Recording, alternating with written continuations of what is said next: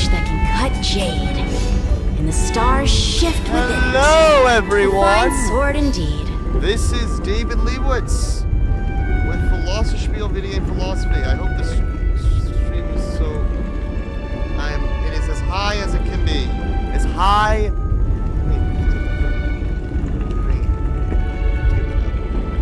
It is as high as it can be, baby.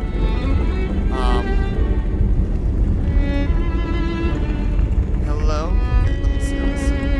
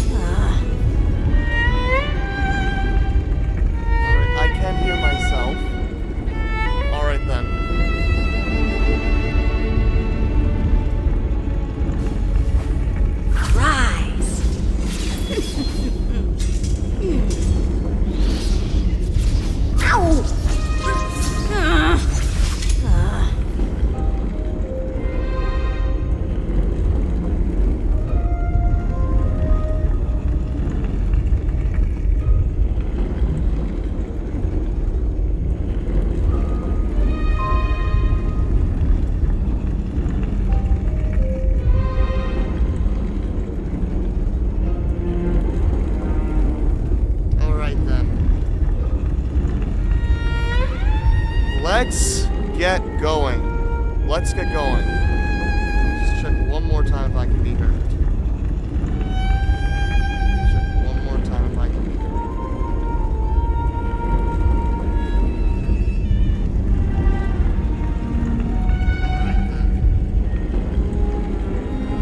Alright, I think this is fine. I will talk a little louder so it can be picked up by the mic a little bit better. Because the problem is, my mic is up. Bright edge that can cut jade. My mic is up. And the stars shift within it. A fine sword indeed. No, I'm not gonna. I mean, I can stand up. I think this is fine like this. No way. I think I just saw someone. Someone extraordinary. Yes. So I am flabbergasted. I am absolutely flabbergasted that this is next. So we got. Let's honestly use this. Let's use this squad. You know, we do want to switch out.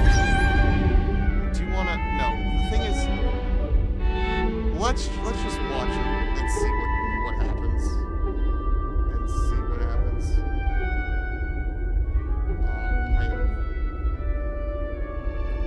No, I think we can do this.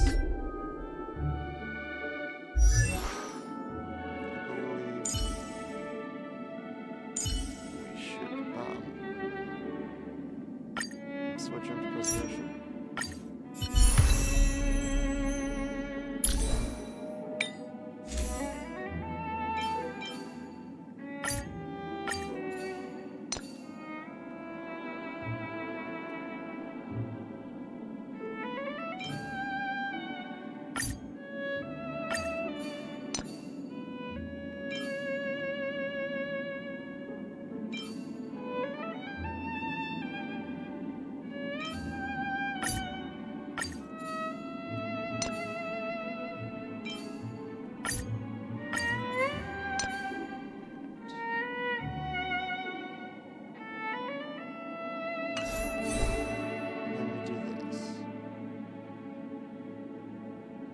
Natasha. Just need to give her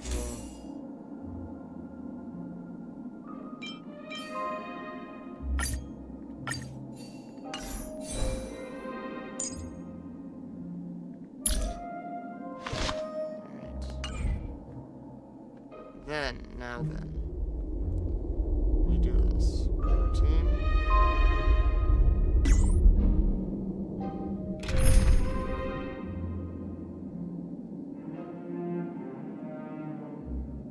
Yeah, this is one. This is this one.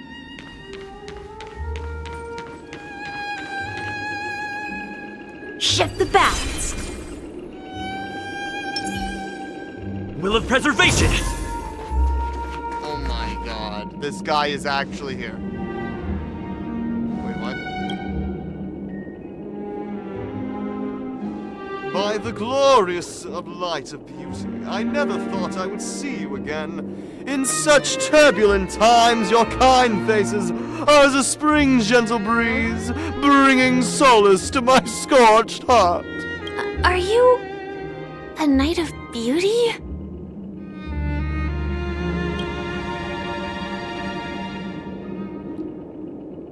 Hear ye, the rosy glow of the beauty has rendered you speechless. What an honor.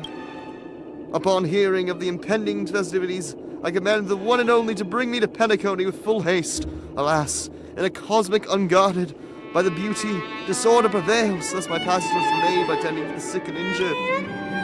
Fortunately, the mini why is this not being voiced? Like ninja and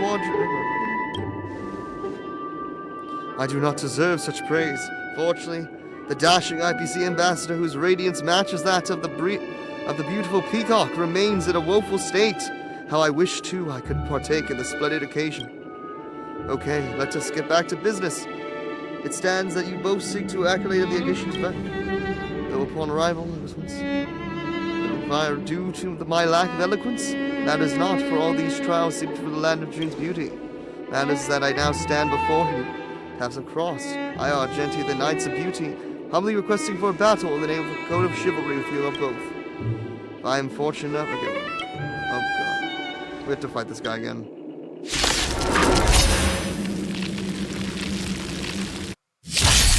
Bear witness to a... Help me improve. Oh my god, okay. Here we go.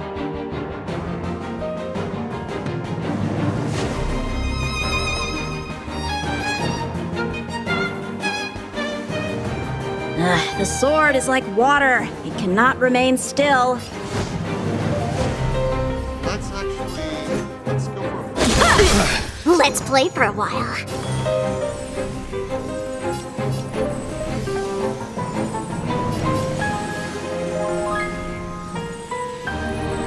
Pardon me.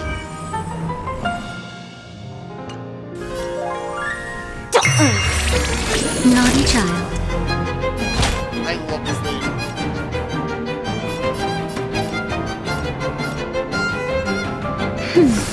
I can breathe I'm on easy guard. again. Hit! Time for swordplay. Strike with heart. Let the duel commence. Put forth all your might.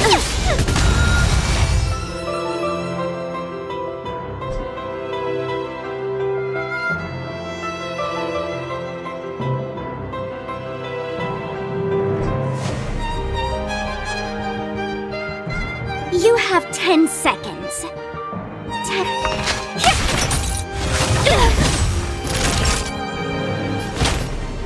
That's better.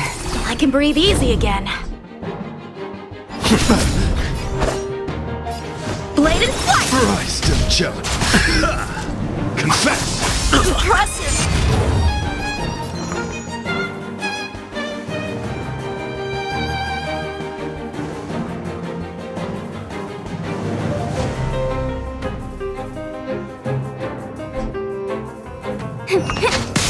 Time for a shot. Lance at the ready. There's no power in team. Let's play. Can you find the answer?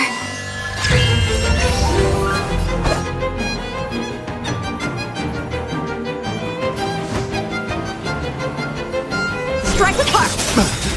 Behold, this symbol of pure Practice beauty. is over.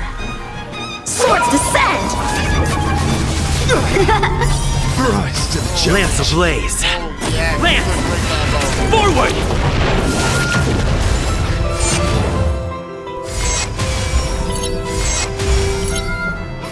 Did that hurt? Feeling spiffy? I'm on guard.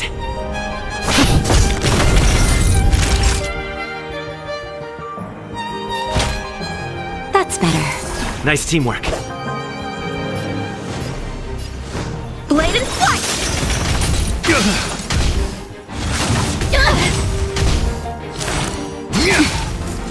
Let the duel commence. Just a little something. Think nothing of it. There's no power like team power.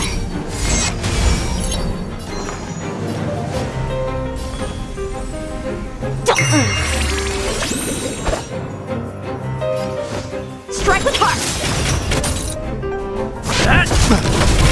Naughty child. Nap time. Pledge thy loyalty.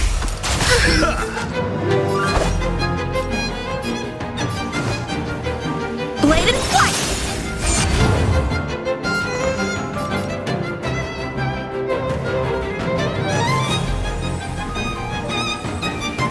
Feeling spiffy?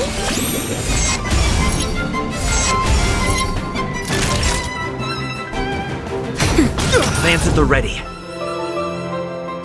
Get! Put forth all your might. Oh Bear god! witness No! to honor. You are fighting a gentleman. Let's play hide and seek. Can you find the answer? Lance ablaze. Lance! Forward!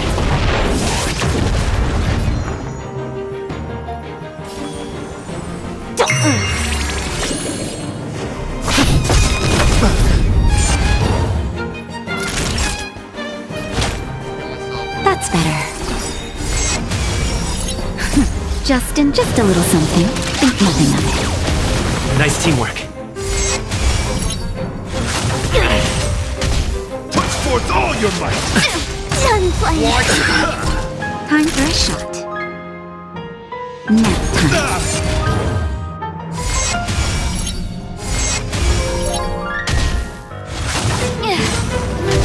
Confess.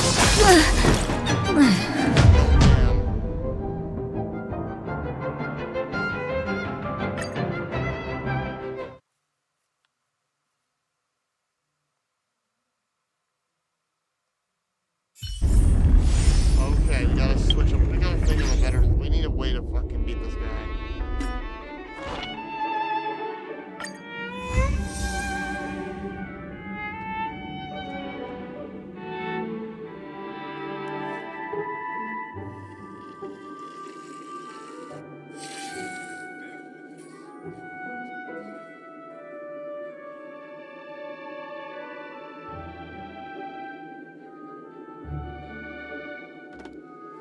Alright, here we go.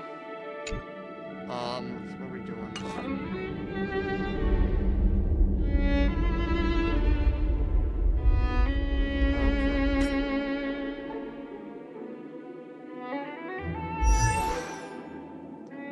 I need a way to beat this guy.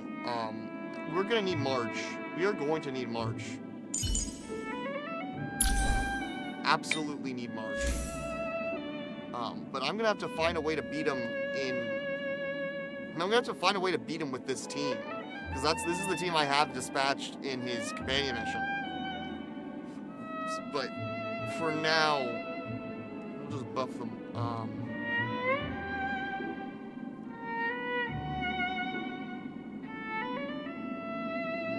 Oh, that would be something that Sparkle didn't have something. But let's just make something like easier right now and do this. What other means of physical can we go with? I think we actually probably need Damage Traveler. I think we actually need to go back. Yeah, here's what I'm thinking actually. I think we go to Gallagher. I think we get Gallagher.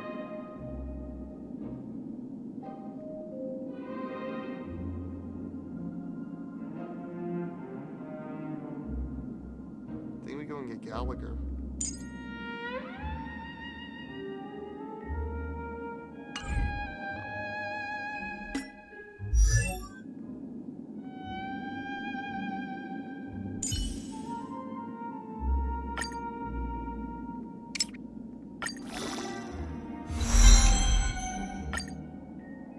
Intuition, Instinct?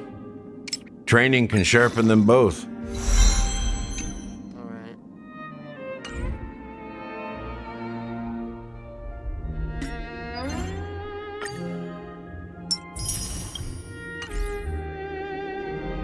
Let's try that.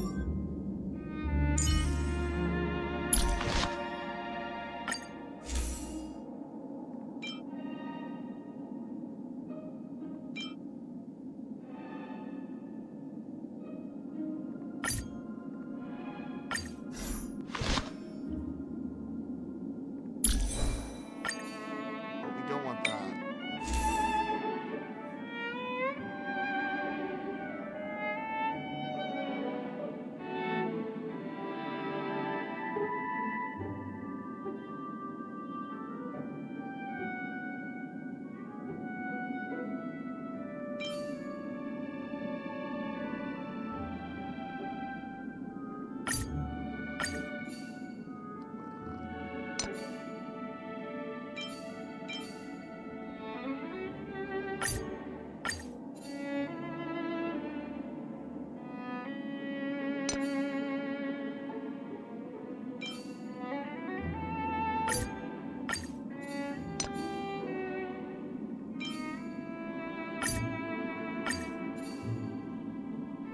Oh. We don't need that.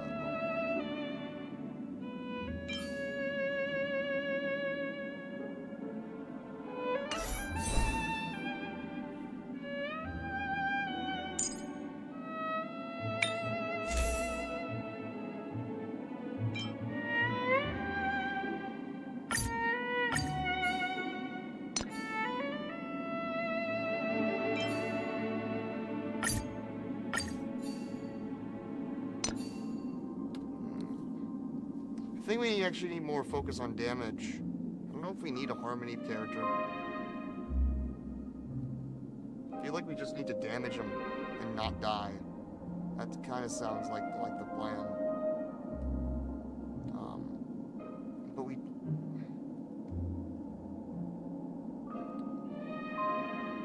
No. Oh, wait, no. It's. No, I don't. Sounds like Acheron actually could be of use.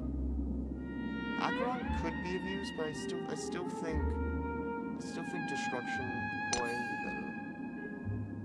So.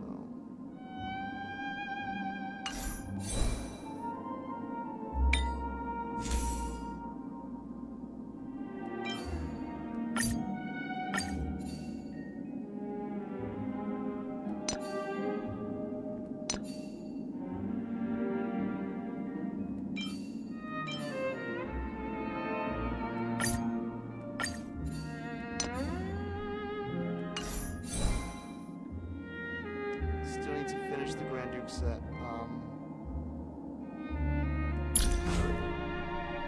If one ate along.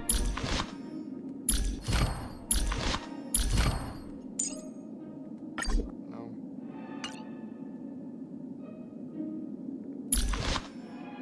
Oh, we should no, but no. That needs to go into any let it go.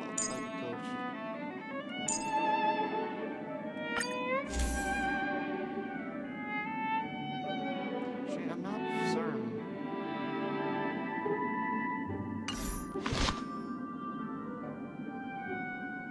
Not actually certain. Actually, you know what? Let's leave out. So we have Acheron. Actually, Acheron. Make the main damage dealer Acheron. Yeah, let's just make the main damage dealer actually Acheron. Make the main damage dealer Acheron.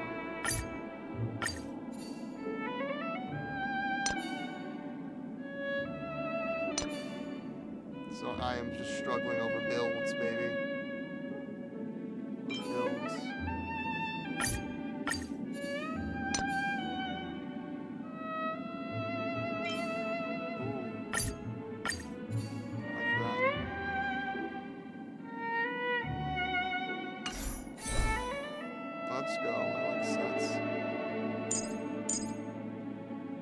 so...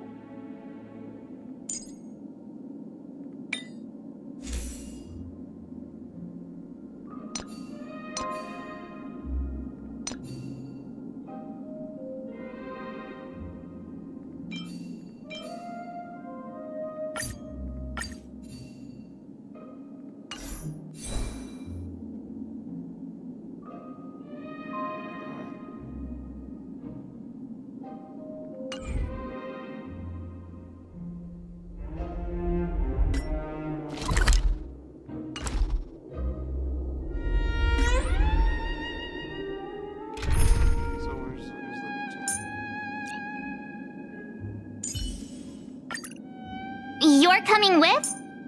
I'm keeping score. So it's you. Our time spent with one another is precious.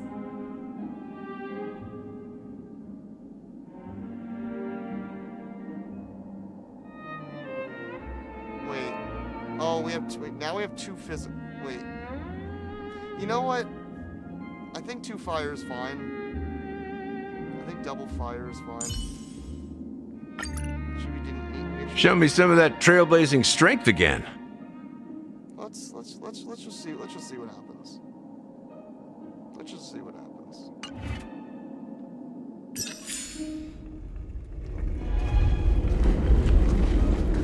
No way, I think I just saw someone. Someone extraordinary.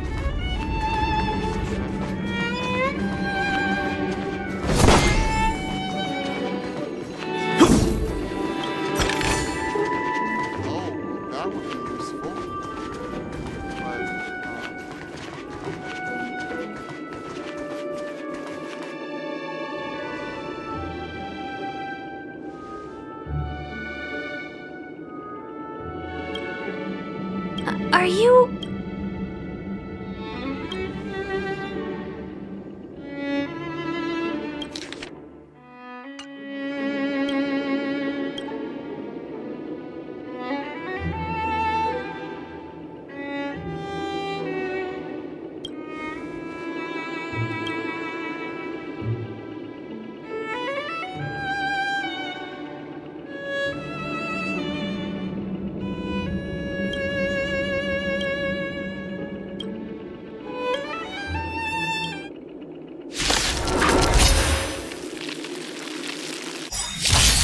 Behold, this symbol of pure...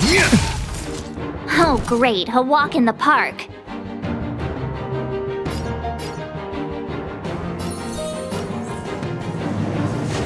Yeah, this is not guys.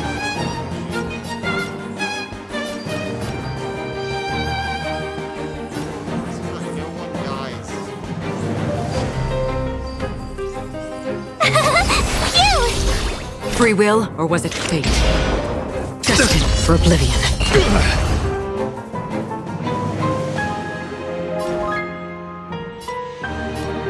Time to mix things up.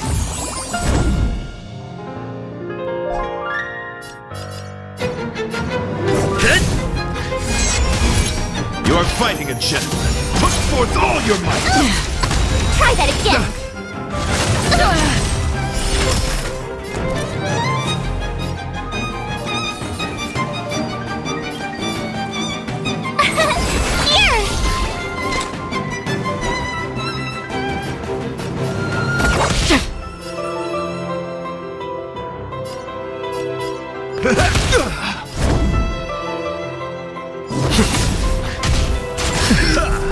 Try that again! Christ, confess!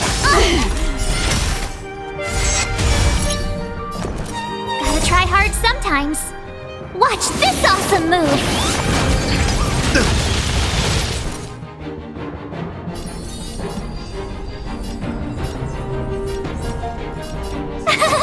Phew! Another journey begins.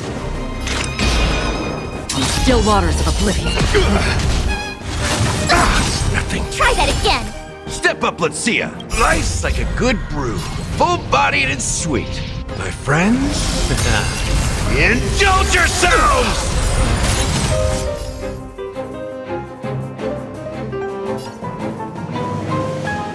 It ain't over. Bear witness to a... I weep for the departed.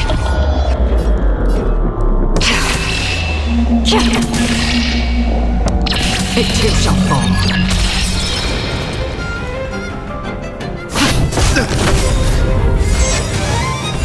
Lance ablaze.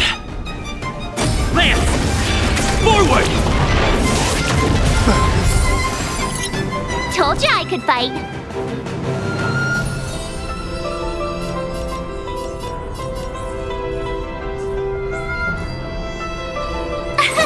Here! Free will, or was it fate? Destined for oblivion. Rise to the challenge.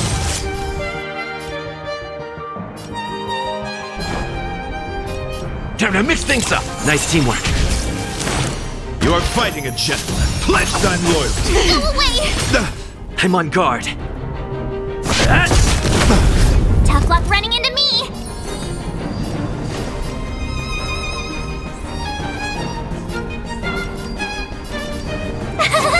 Phew! Try that again! Put forth all your might.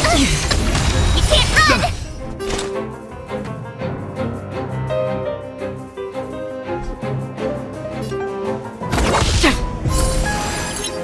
In the mood for another beating? How's this taste? Thanks a lot! Nice like a good brew. Full-bodied and sweet. My friends? Indulge yourselves! Behold this symbol of pure... My turn! Here!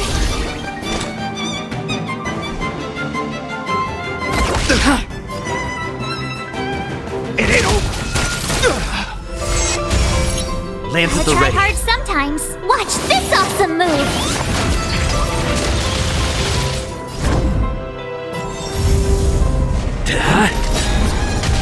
Let the duel commence. Lance ablaze. Lance! Forward! Told you I could fight.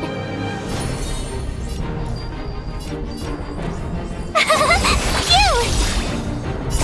I weep for the departed.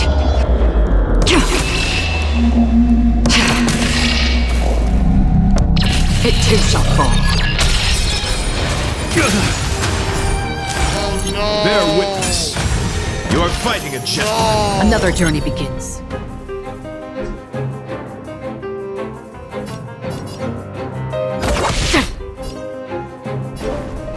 Time to mix things up. Thanks a lot! I'm on guard.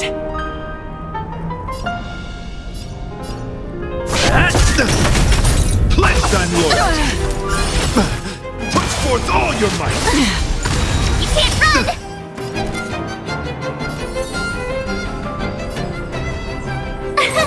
Here! Try that again! Familiar. Gotta try hard sometime. Watch this awesome move!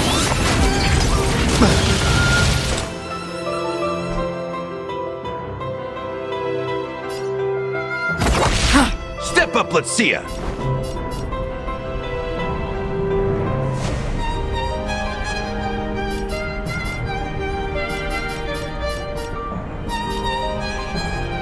How's this taste? Nice teamwork. Nice like a good brew. Full-bodied and... My friends? Indulge yourselves! Lance at the ready.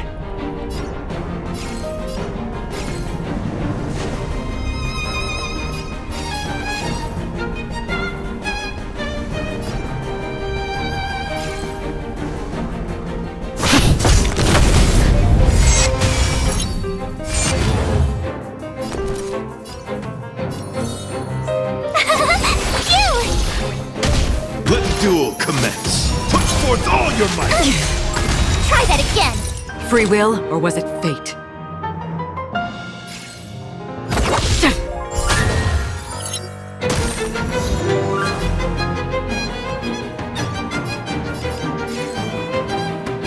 It ain't over. Rise to the challenge. Lance ablaze. Lance! Forward!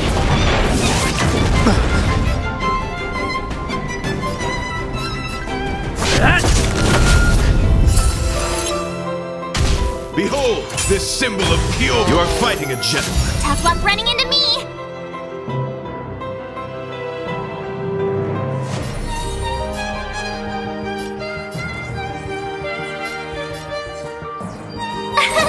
Here! Destined for oblivion. I weep for the departed.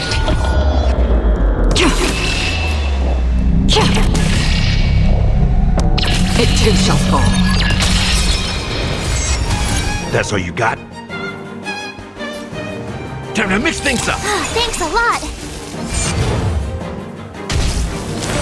Pledged on loyalty. Put forth all your might. Again? Try that again!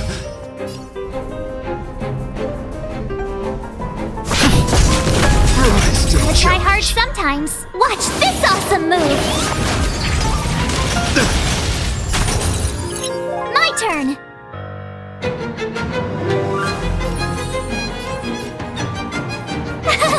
Phew!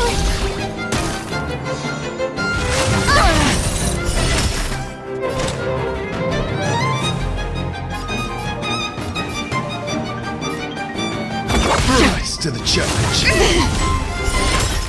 Step up, let's see ya. How's this taste? Thanks a lot! Let the duel commence. Nice like a good brew. Full-bodied and sweet. My friends? Indulge yourselves! Put forth all your might.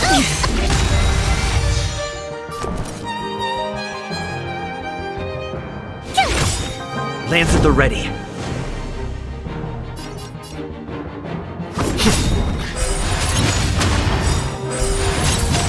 Lance ablaze. Lance! Forward! Another journey begins. Destined for oblivion. The flesh wound. Behold, this symbol of pure. You are fighting a gentleman. Gotta try hard sometimes. Watch this awesome move! It ain't over. Told you I could fight. Here! I'm on guard.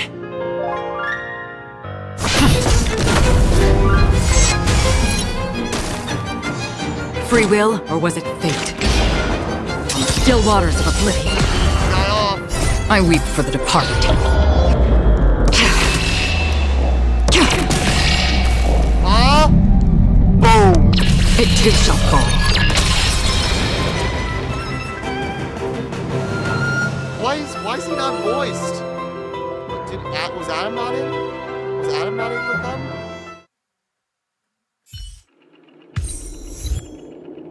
What happened? We don't have much time. In that case, let's make our way to the end. Penacony's really thronging with talent. I hope we make it in time.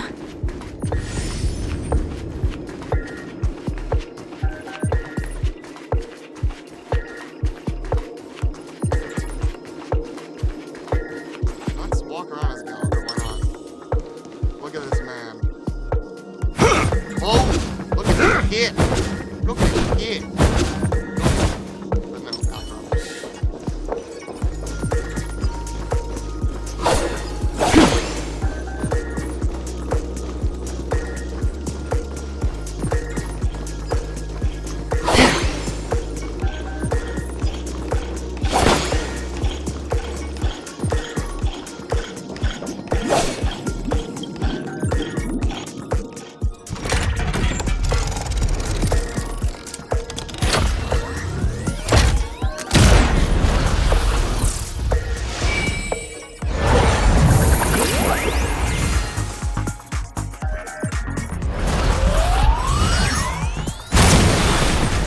Boom!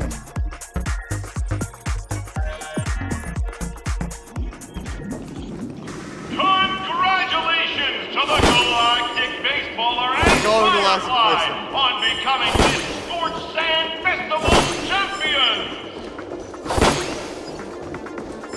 We look forward to their amazing entrance in the Charmony Festival! Let's give a round applause to our aspiring young guest.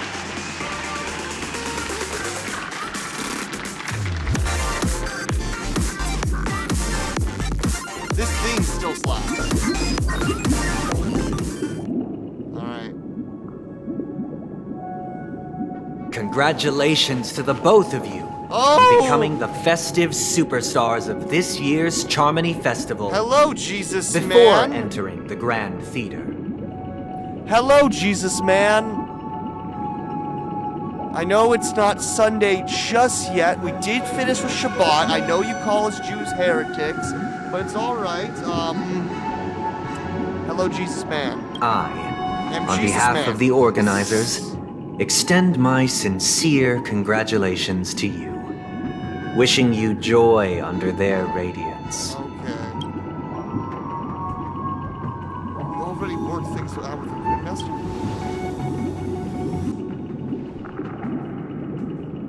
As previously promised, my sister, Mr. Yang, and I have met with the Dream Master. We delved into the truth about Penacony and its Stellaron, and have come to a consensus. Yes? Both I and the Oak family cannot acquiesce to your request. Of course we can't. Just as expected. We acknowledge the perspective of you, Nameless. Penacony does require change, but not as you propose. The planet of festivities cannot and will not revert to a place characterized by chaos, disorder, or anarchy. Aha, you truly are a Shin Megami Tensei law rep. I would definitely say that. Let me make sure that I can still be heard. Good. All right. Exactly as I was saying. So I still very much think that there's a whole lot of libertarianism going on in Penacony, like with the casinos and all that. Thankfully, that is, yes, just an opiate, no matter what. But I still feel like if the guy was more of a libertarian. But again, there are people with the libertarian streaks that love capitalism and all that, but still say that love law and order, obviously. So he's all about law and order. But Through your journey of overcoming obstacles, you must have glimpsed the essence of that era. The vulnerable ruthlessly eliminated, equality non-existent, common folk living precarious lives, eking out a dreary existence. And what would you propose? Ultimately, only heroes like yourselves manage to achieve success. This is literally just what I just heard from the villain of Persona 5 Tactica. Only the strongest, only the Übermensch can succeed. But I would dare ask, if you did not possess the special status of having a Stellaron, and you were but an anonymous and frail member among the masses, which Penacony would you prefer? A dystopia for the survival of the fittest? Or a sweet dream paradise for all?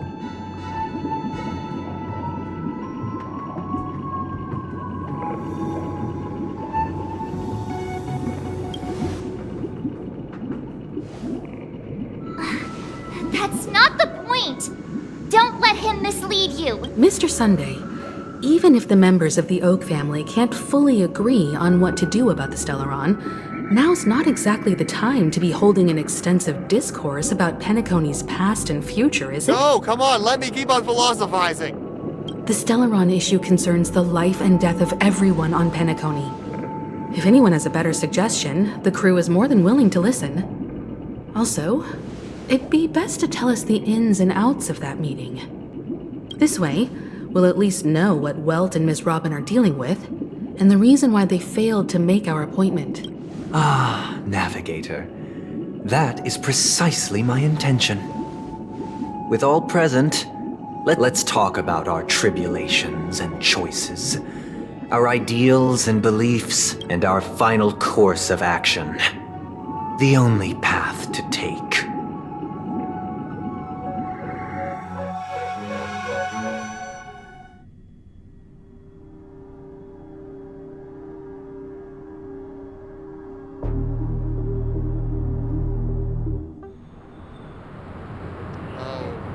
You mean to say that for the longest time, there have been scoundrels who would use the Charmony Festival that I have bequeathed to the masses as a tool to realize their ambition? I wonder what the symbol of the crow is. Why is a crow being this I know it's obviously, but there's a fucking crow or raven that's around. I feel like that would mean that something is going on. How is that a symbol of that would be a symbolization of liberty and freedom.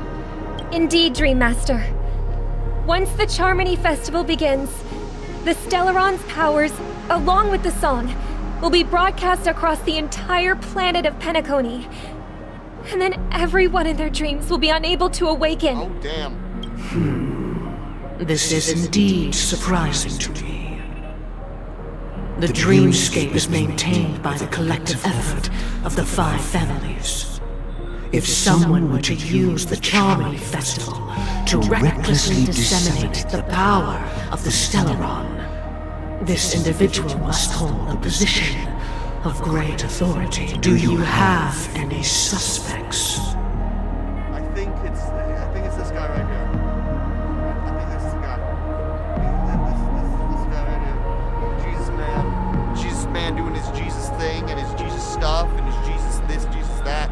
I'd like to ask, did you really not know of the Stellaron's existence?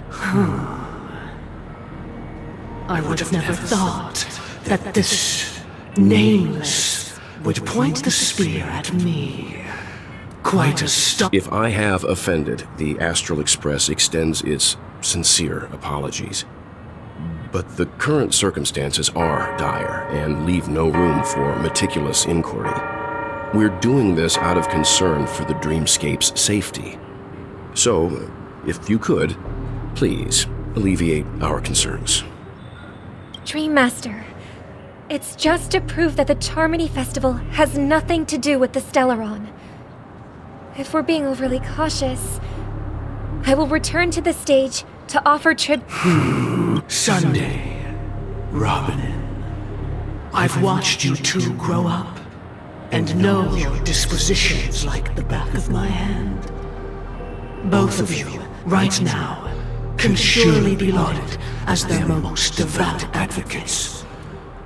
I already know your resolve. The magnitude of this matter is enormous and cannot be taken lightly.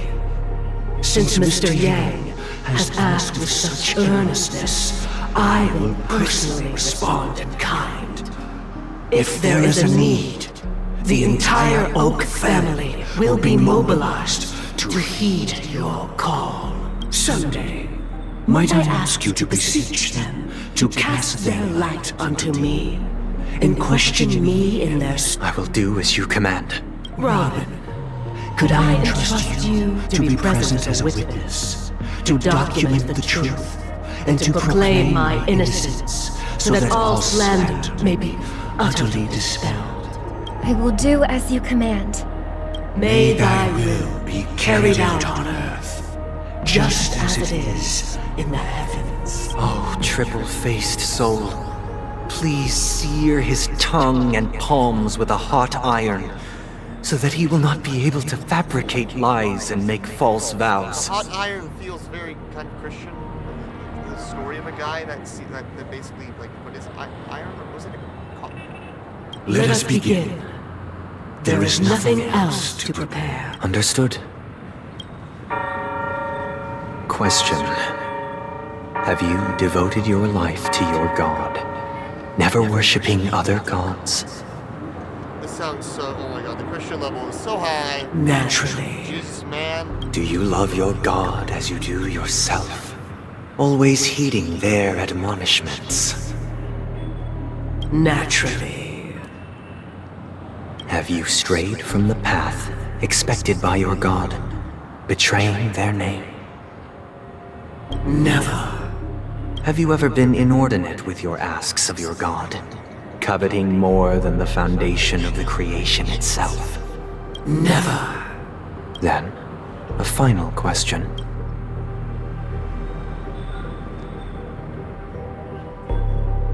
Do you swear to fulfill all vows, past, present, and future? With the Eon as my witness, if I do not deliver on my words, or if I renege on my vows, may I be cursed in accordance with divine law. They have seen your faith, and have endorsed your faith. With this, it can be evidenced... Just a moment. What? I have another question I hope to have answered. To my understanding, the family's harmony and prosperity have never relied on so-called divine laws. The god you both mentioned, are they truly Sleepie? Mr. Yang should know that those belonging to the family toil together as if they were kin, embracing solidarity and unity under their light. All duplicity is laid bare before the harmony. Such a delicate and complex symphony. Which other god could perfectly harmonize this, if not for the great one, Sleepie? Perfectly harmonized.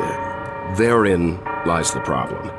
It isn't an outsider lurking in the shadows who changed the harmony, but a dissonance that has surreptitiously emerged from within this very symphony itself. So the false god. So is the question? I mean, is Sunday worshiping the God of the Bible, which is what it very much sounds like? And is the fault? And so is the monad in this case? I mean, we are dealing with eons, just under the Gnostic ideas. So is then the monad Sleepie? I mean, Sleepie would, like, is the true god Sleepie in the sense that this false god is the god of the Bible? In the distant past, there existed an eon. With one flick of the wrist, they crafted the laws of the cosmos. Their followers formed the Beyond the Sky choir, spreading solemn and reverent hymns throughout the universe. Later, they fell. The route traversed by this eon clashed with the harmony, ultimately being absorbed and fused into it.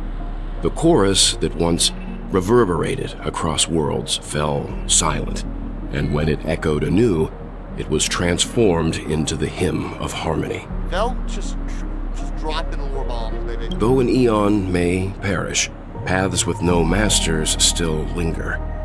In the all-forgiving harmony, echoes of bygone dissonance may subtly arise. Mr. Yang, being overly astute can be a detriment. Especially when you find yourself alone and without ally. So this is how it is. For the sake of our grand cause, Sunday, please afford these two an opportunity to rest. What?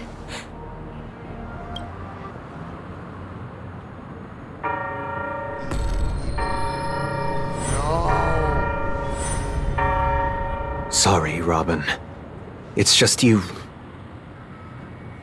I did not wish for you to know this. He's worshipping the wrong god. It's a pity that things have turned out this way. He's worshipping the false god. So, this is the true reason I can't sing. The shadow that envelops Penacony is actually... We were never children of the harmony. Oh! Our ideal paradise could not have been crafted by Sleepie. True bliss can only be guaranteed by the one who transcends the many. I worship God, damn it. I worship God. Within the foundation of law, humanity establishes civilization, and through harmony, we obtain order. The Aeon of Order. Or which is God. God, right? It's God. Unbelievable. To think that there would be remnants of the Order on Penacony. What have you done with Mr. Yang and Miss Robin? Don't worry. I just gave them some time alone to ponder their fates. You should know that these actions make you an enemy of the Astral Express. Should we need to stand against the Nameless, it would only be myself and the Oak family involved. But we haven't reached that point yet, have we? Your efforts for the justice of Penacony are evident to everyone, and have been widely observed.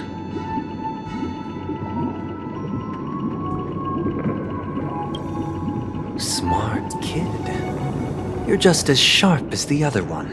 If it is the Order that drove you to imprison Welt and Robin, and you're using them to coerce our compliance, then there'll be no point in entertaining any type of discussion. You're mistaken, Miss Himiko. They are in very safe hands, and just as the family has always proclaimed, no one can be harmed in the dreamscape, least of all in the beautiful new world belonging to the Order.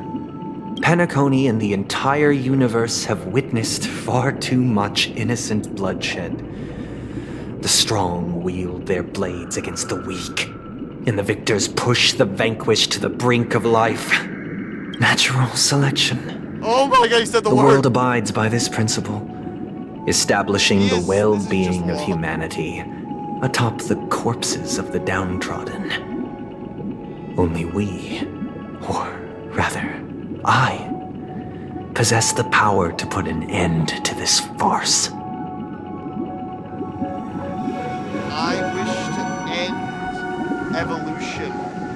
I want people to just stay stagnant and not do anything. I wish to end biology. No. Again, I'm not for survival. Survival of the fittest does not exist in humanity. I mean, we do.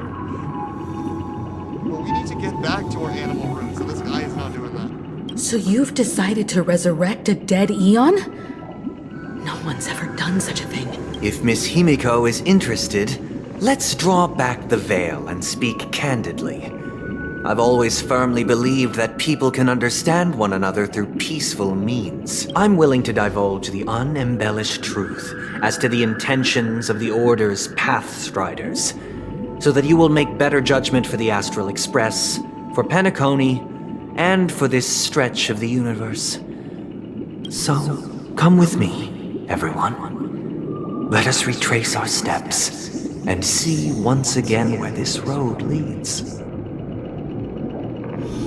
Huh? Where'd he go? Welcome. This isn't any location in Penacony's dreamscape. It's my inner world. The reason the scenery before you remains unchanged is because your consciousness has drawn on similar concepts to fill in the gaps. Did you do the same to Welt? It's a tuning process, stronger in effect and more draining on the mind. The gray-haired guest has experienced it before, so he should understand what it entails. Tuning allows you to intuitively grasp my feelings, which also means that I cannot hide anything from you. Now, everyone, please look at the huge screen. The road we once took begins here. From this point on, you will witness the numerous decisions I've faced. I've selected a portion of these to share with you.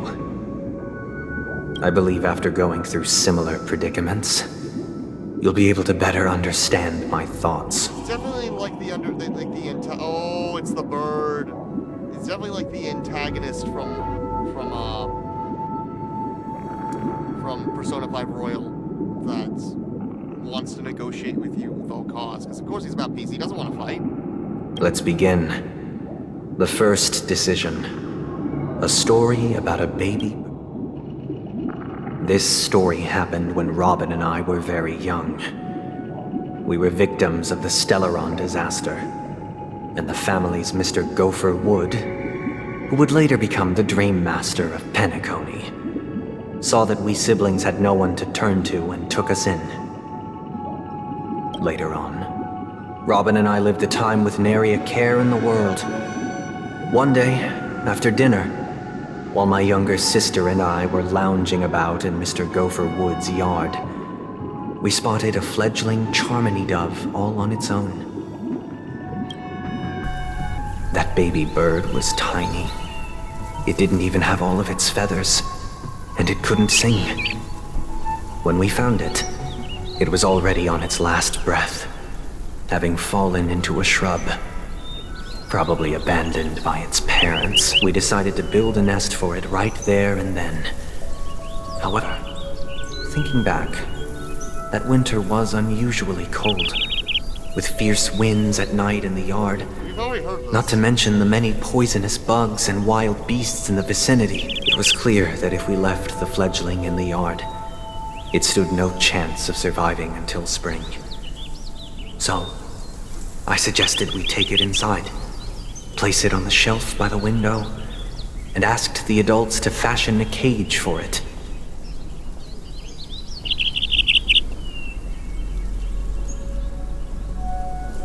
Yeah, exactly like M-Man. We decided that when it regained its strength enough to spread its wings, we would release it back into the wild. The tragic part, something that we'd never considered, was that this bird's fate had already been determined long before this moment. Its destiny was determined by our momentary whim. Now, I pass the power of choice to you all. Faced with this situation, what choice would you make? Stick to the original plan and build a nest with soft net where the Charmony dove fell, or build a cage for it and feed it, giving it the utmost care from within the warmth of a home. I eagerly await your answer. Okay. Okay, we'll do this. No. This. I actually, yeah. Look, can we see? Wait, can we see who else thinks? We're gonna make this choice. Though I kind of want to wait because I think on Monday we're gonna have something very fun.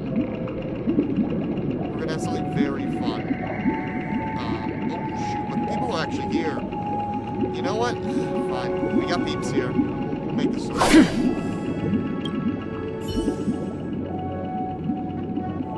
It looks like he really has no intention of imprisoning us. If it's just back to the question, no special reason. I do think that a fledgling should have the right to... Let's see Firefly's philosophy.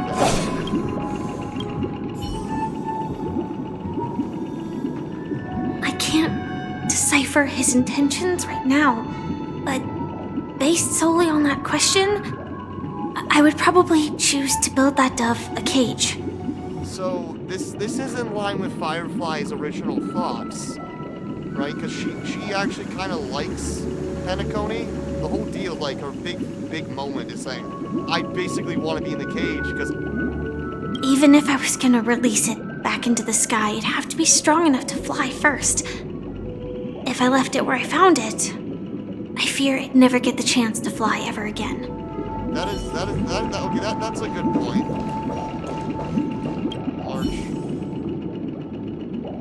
That guy just casually throws this kind of... If it were me, I guess after all, leaving it there, it's bound to get hurt by wild animals. So, the reason behind this question, why is this question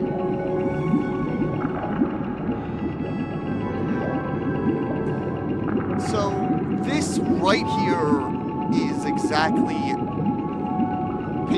the philosophy of painless civilization.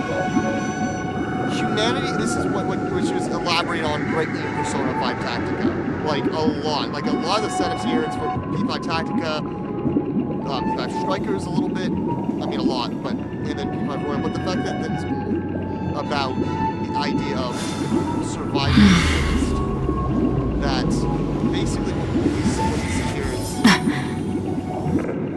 when the world before humanity, the world before agriculture was a lot more complicated, a lot more chaotic in a sense, but nature in itself has its own order. What Sunday Jesus Man is trying to do is create his own order. The creation of an order of which fundamentally in this case is a human order. This idea, our desire to relieve the pain of others, fundamentally will destroy nature. Because we ourselves desire less pain. Going out and making parks so humans don't have to get hurt by animals. Pesticide, all of that. The problem is, so yes, it's about if I'm gonna get hurt by other wild animals. I mean, the desire for the less of pain of cattle leads to the death of wolves and them losing their territory. The world fundamentally changes in this case because of how we look towards it. But with that, there's the other framing of what the cage is.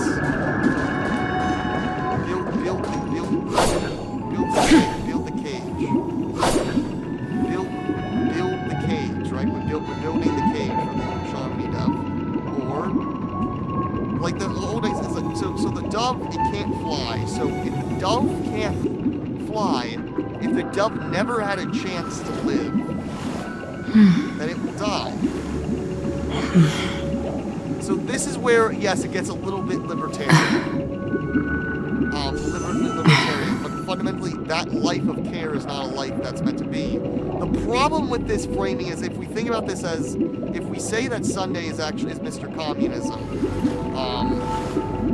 that's not, I mean, if this is like you should give people health care, that's not, I mean, it's not, but to me, what I think is this is more about, okay, we give the Charmony Dove a bionic enhancement so that it can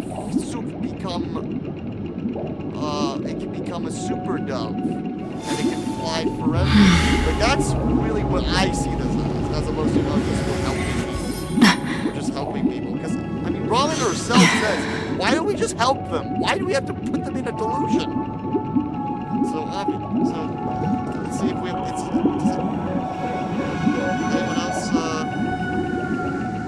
anyone else want to give their answers? Anyone else want to give? What are people's answers? What are people's answers? Obviously, we know what we're fighting for. We know what we're fighting for. But are we? But would anyone actually build the cage? Would anyone build the cage? Who would build the cage? Any answers? All right, fine. We'll get going. All right, we'll get going. And we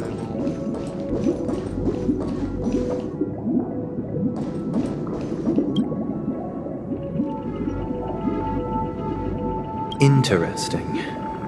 Since you've made up your mind, allow me to reveal what fate this choice will bring to the fledgling. From what I've observed, there are at least 3 predators in that yard that prey on small birds. The philosophical scorpion, Asdana wolverine, and the Huntington winged snake. Okay, that last thing is definitely not real, but whatever.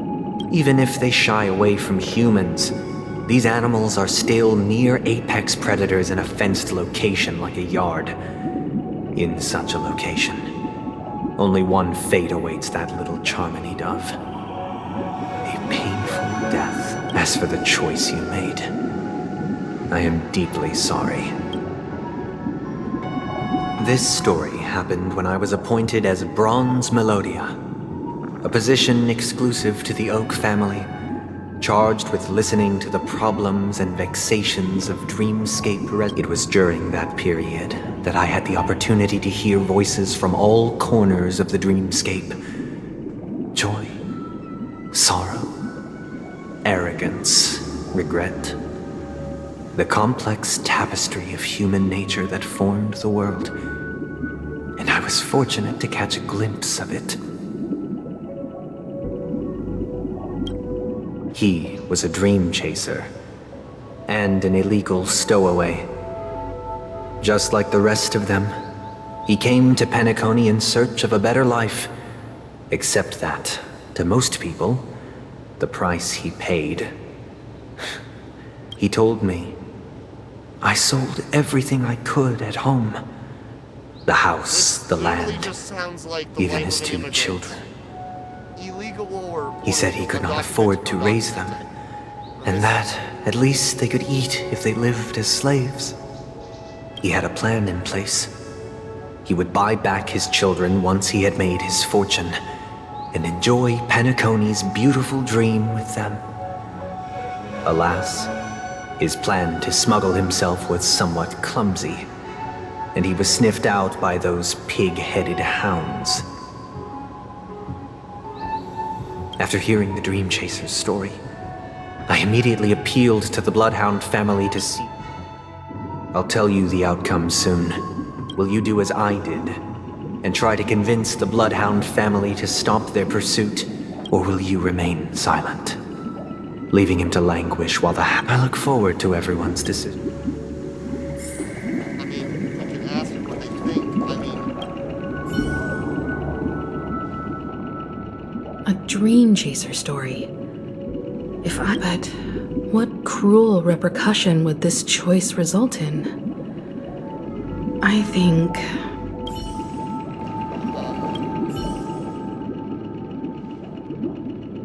This question, I'd probably choose to ask the Bloodhound.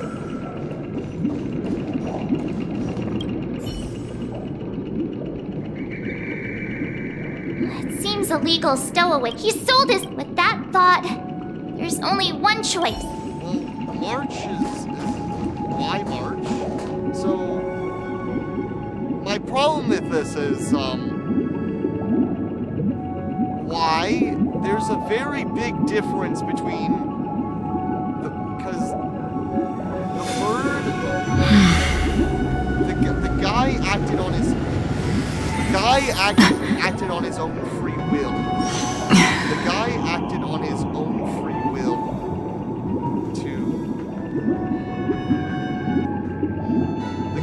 this is brilliant. The guy acted on his own free will to basically come here. Like this just sounds like okay, should we deport the illegal immigrant? No. Just no. Sunday, on this one you're right.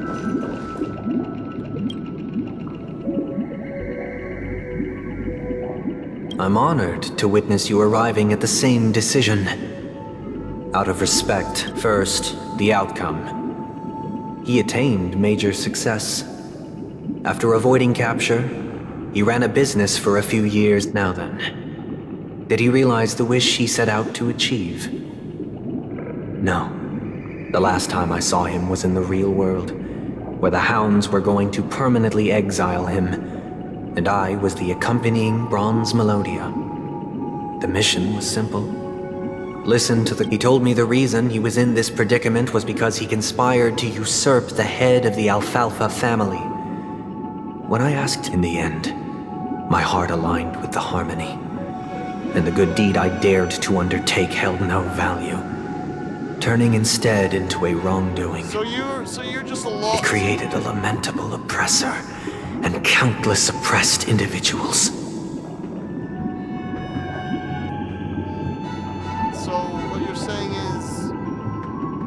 So you are about law and order. You are just a law rep. You are just straight. Okay. As to your choice, I once again offer my heart, and the story this time is my own. This story happened the day I was appointed the Oak family head. At that time, Mr. Gopherwood was the current Dream Master. And as for his wit, what surprised me was that the Dream Master had only come to deliver a letter to me. The letter contained the usual pleasantries, anecdotes from her travels, nothing out of the ordinary. Just as I started wondering how this letter related to our discussion, the Dream Master began to speak. Do you know who wrote this letter? My sister, of course. But why would you personally visit me to hand me a letter from my sister containing mere trivialities? To help you grasp the full scope of this issue. Do you know where Robin is at this moment? From what the letter indicates, she must be in Caspelina 8, correct? She's touring there right now. Correct. Has she mentioned any... A stray... A war has broken out on that planet. It is because of this very reason that Robin chose this destination. To spread the word of the Harmony. And to save the lives of that planet. She personally made for the front lines. She hoped to ease the people's suffering with song, and was willing to brave mortal danger to deliver the IPC's medical supplies. Unfortunately, strict... Is she alright? If the operation was successful, she should... By the eon above, the bullet struck her neck directly, yet possibly as a reward for her consistent deeds of harmony. It didn't hit any vital arteries. Once you've attended to your outstanding tasks, it'd be advisable to write her back as soon as possible. Those damned savages! I'll pack my bags right away. My gratitude for bringing this to my attention, Mr. Gopherwood. Now you understand why she always wears such elaborate neck ornaments, don't you? How could this happen? Miss Robin. It's all in the past, so please don't worry. I share this in the meager hope that you will understand the Harmony's limitations and predicament. As grandiose as the strong defending the weak sounds, many times, it is nothing more than wishful thinking. So what this is saying is that, Nietzsche's right, the strong can't defend the weak. That's going to be stupid. The strong will persecute the weak by depending on who sent them. So let's just, but then Nietzsche would say, just no. Let us do something else. Likewise, I've prepared one last question, one last choice. But rest assured, because this is merely a figment of imagination, a nightmare that has haunted me through. Would you still support Robin's journey on the path of harmony?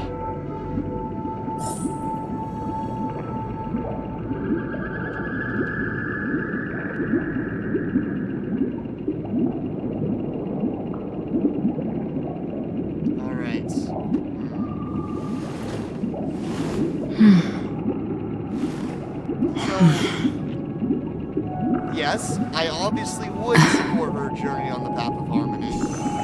Very much so. Because basically... I mean, she's also being very Jesus-y, right? She's still being...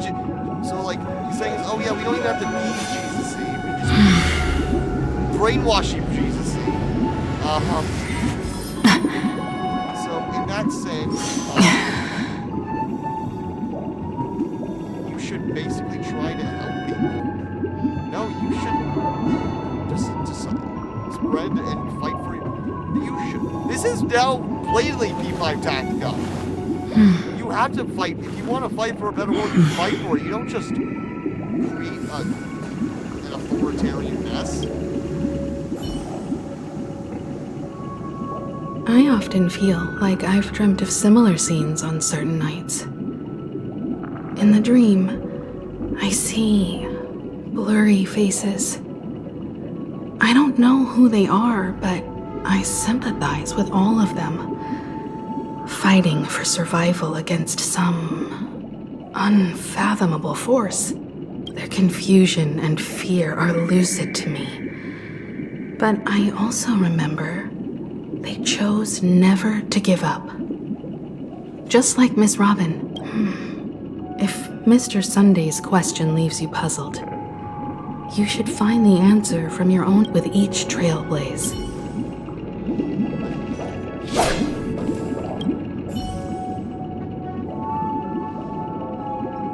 I often feel like I've dreamt of similar scenes on certain nights.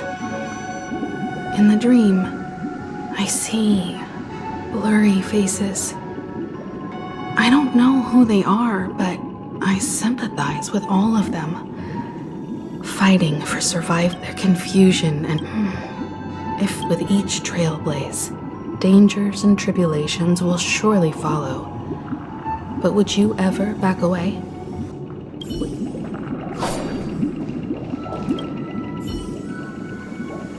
Miss Robin's courage is admirable.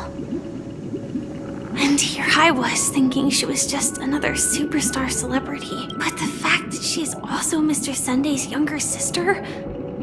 No, I doubt he'd wish harm on his own flesh and blood, no matter how great.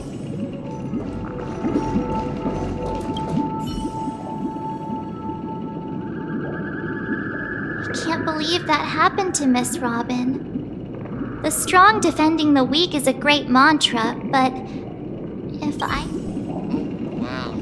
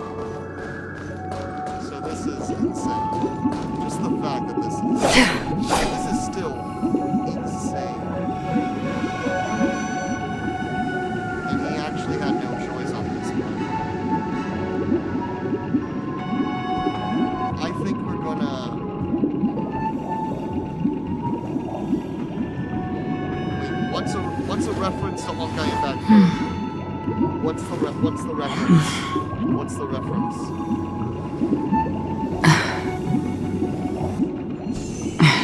What's the okay?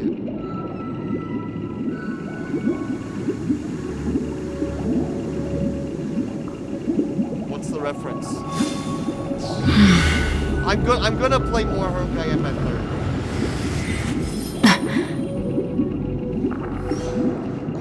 I kind of still want to.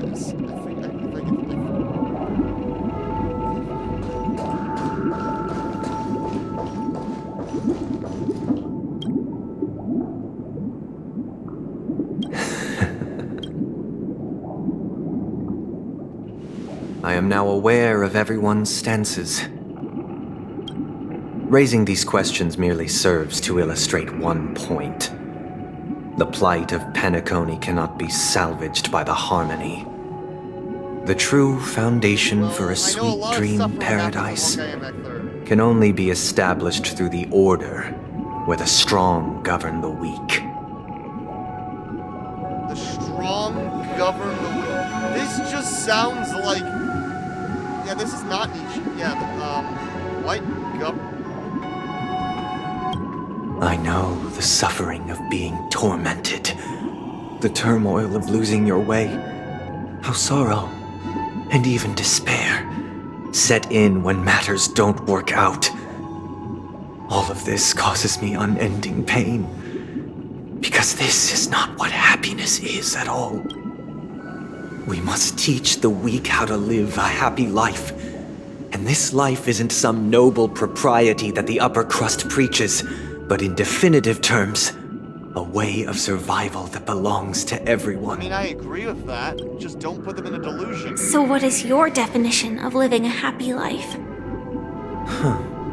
Good question. Human consciousness is fundamentally an illusion, a cage known as self-worth.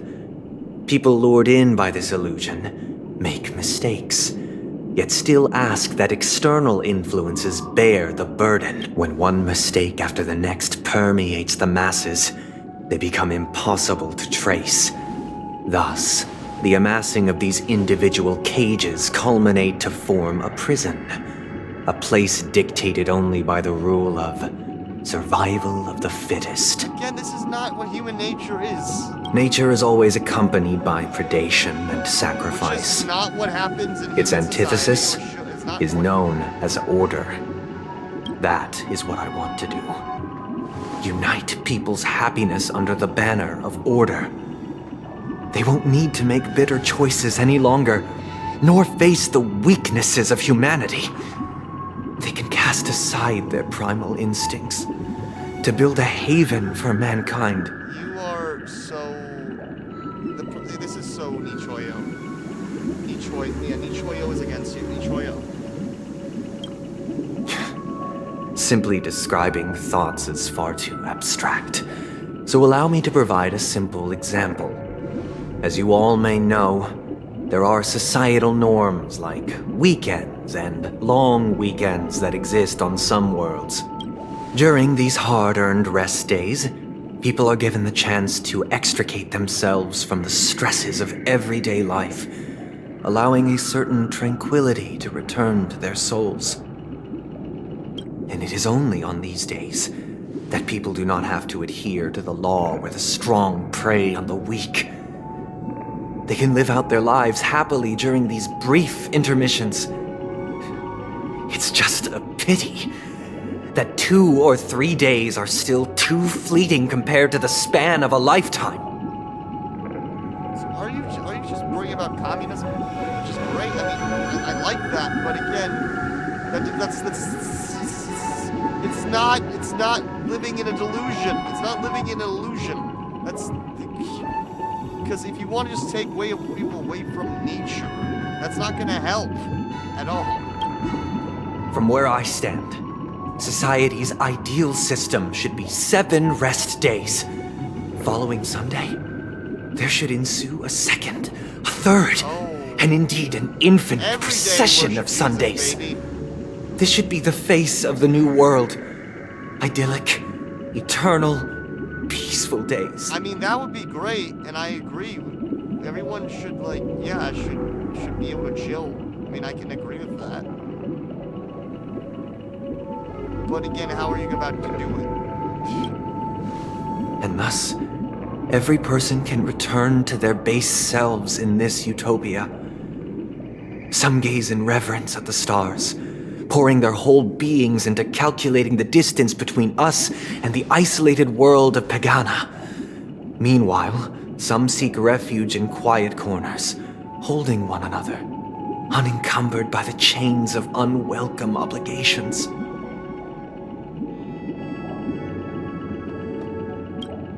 There would be no need to bear the hardships of reality. Only in this way can humanity face the inevitable end with the purest of spirit, living a life of dignity. This is what it is to live in bliss. Miss Firefly, you who are stricken with entropy loss syndrome, you of all would surely understand this. It sounds like a flawless theory. But what is the price to attain all this? The cost is minute, merely a personal and eternal sacrifice. If this paradise is to be maintained for everyone, someone must remain trapped in solitary wakening until the end of the cosmos. Wakening? Which means that this so-called paradise is still a dream. Stepping into this paradise means forsaking reality, correct? And that's the difference between this and Royal, is that Royal, it would be creating a new reality. This is different. This is the problem.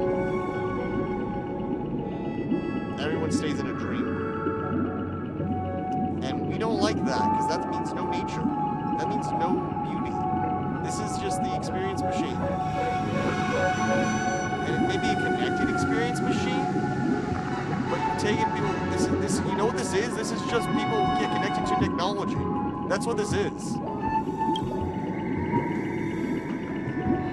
It is not forsaking, but transcending. Flesh, blood, let's transcend the sorrow, flesh. weakness. If the physical is the root of spiritual suffering, it is only logical that we defeat it. Defeat the no. We are not defeating the physical. This is exactly what leads to the destruction of nature, right here. But in this supposed bliss, people won't have defeated their demons. The chance to overcome their tribulations would be forever lost to them. In other words, it is an escape. That's another way of understanding it. But there is no shame in escape. On the contrary, the seeds of escape exist in everyone's hearts. Don't you agree, Miss Firefly? And as to why we sleep, it is because we are afraid to awaken from our dreams. So we just stay in the dreams. But this is not in conflict with the grand plan. Only in acknowledging this can we truly understand the frailty of human nature, and from there, show compassion and protection. Yeah, this is...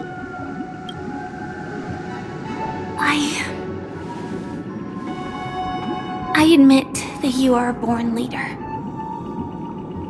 Your perspective on humanity brims with pessimism. Yeah. Yet you express compassion for all. Even when your heart pities them. Pity! That is exactly it. Nietzsche says life is with that the ultimate enemy of humanity, ultimate enemy that leads the masters against the weak, is pity. Pity,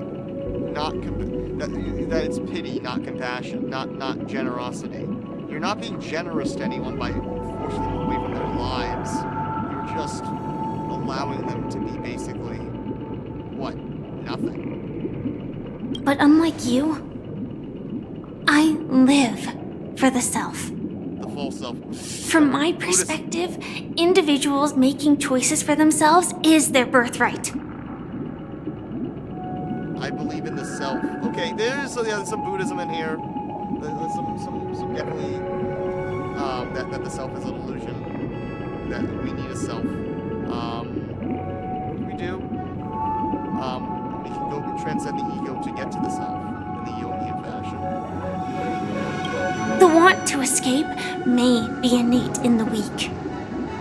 But whether they are weak or not, it is not up to another to decide. Perhaps in your mind, you also view me as weak? Because I don't think so. Since Miss Firefly has said her piece, the Astral Express will also naturally give you our answer. We'll leave it to you. Just as Mr. McHale instructed before.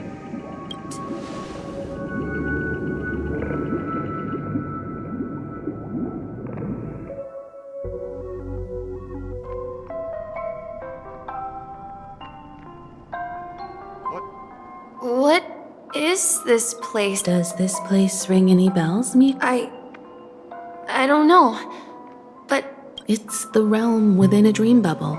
This was left to the Astral Express by a nameless, but weirdly, when we entered it, it was Dr. Edward from the Dreamscape sales store told me that dreams are formed from memories, and a dream bubble can't, so I thought you might be able to help us in unraveling this mystery, Misha. As a hotel doorman, you know Penacony best among us. I don't know much about dream bubbles, but if you want to I'm counting on you. Himeko. I wasn't sure. It was just a hunch. But since Misha feels familiar with this place, my hunch might be correct. Exactly. This is where you and Firefly encountered death, which we now know as dormancy. Considering its connection to Dreamflux Reef, it's not surprising it appeared here. The question now is, who brought you here? Based on the clues we have so far, it's unlikely to be that masked fool. So identifying them is crucial to us. We're drawing closer to the truth once more. Let's give Misha some— All right, but... I guess... maybe this way?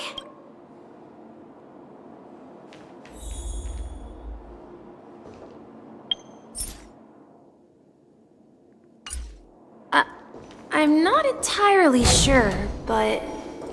let's give it a try.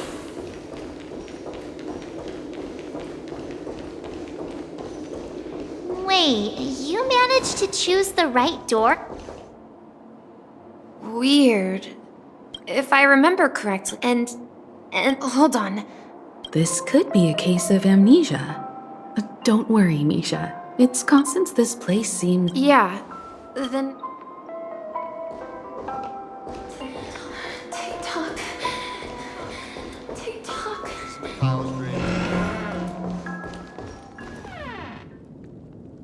I heard some noise. You and... Yeah. It's a member of the Compass crew, just like Clocky and Miss Mirror. And there's more than just one origami bird. They are a big family with lots of brothers and sisters who look the same. They follow Miss Mirror's orders and handle all sorts of jobs on the ship. They're the best sailors. Sailors? Could you tell us more about the Compass? The Compass is a ship bound for the New World. Clocky and his partners travel through layers of fog to the depths of the sea. Whenever there is danger, Clocky will use a compass and guide the ship in the right direction. That's a great story. But in the Penacony cartoon, Clocky and his partners have always lived in Dreamville and never ventured out, right? Huh? Oh, that does seem to be the case. Weird. I clearly remember Clocky arrived in the New World in the end. Perhaps Clocky has a hidden past. So, where has Clocky gone? Did he leave to protect Dreamville?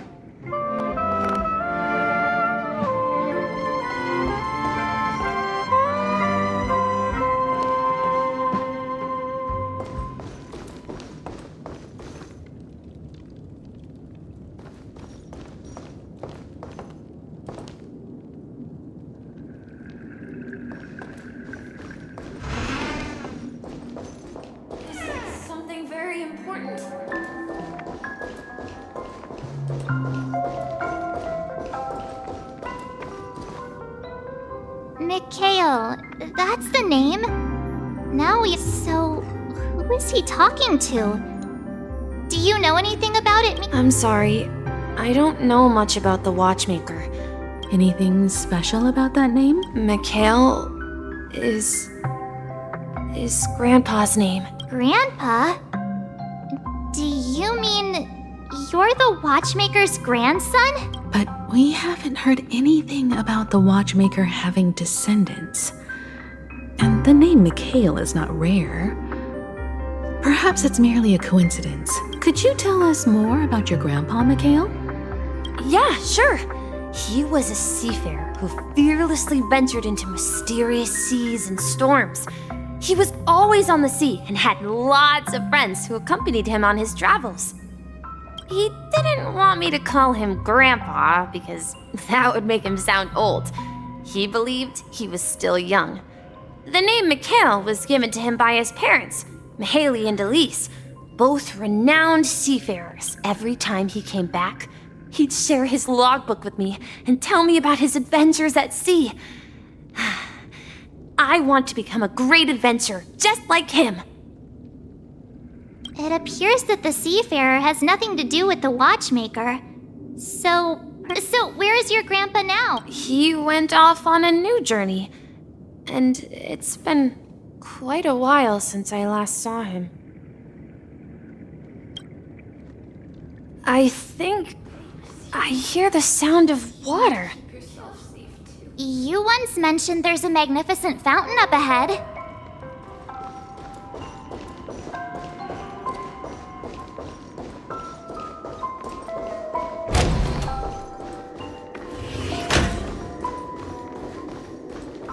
Look, there it is! The water resembles a precious jewel, embedded in the dreams of all seafarers. Yeah, that's like young. Every time I gaze at the shimmering lights beneath the waves, it feels as though I'm back in this place, standing by your side. Have you recalled anything, Misha? Yeah, I saw these sentences in Grandpa's logbook. He used to say that despite the perils of the sea, whenever he stood on the deck in the afternoon, overlooking the sparkling waves, he would think of this fountain in front of his house. He often said that those moments felt like returning to his family's side, and the difficulties at sea didn't seem quite as challenging. You know, I quite understand such sentiments.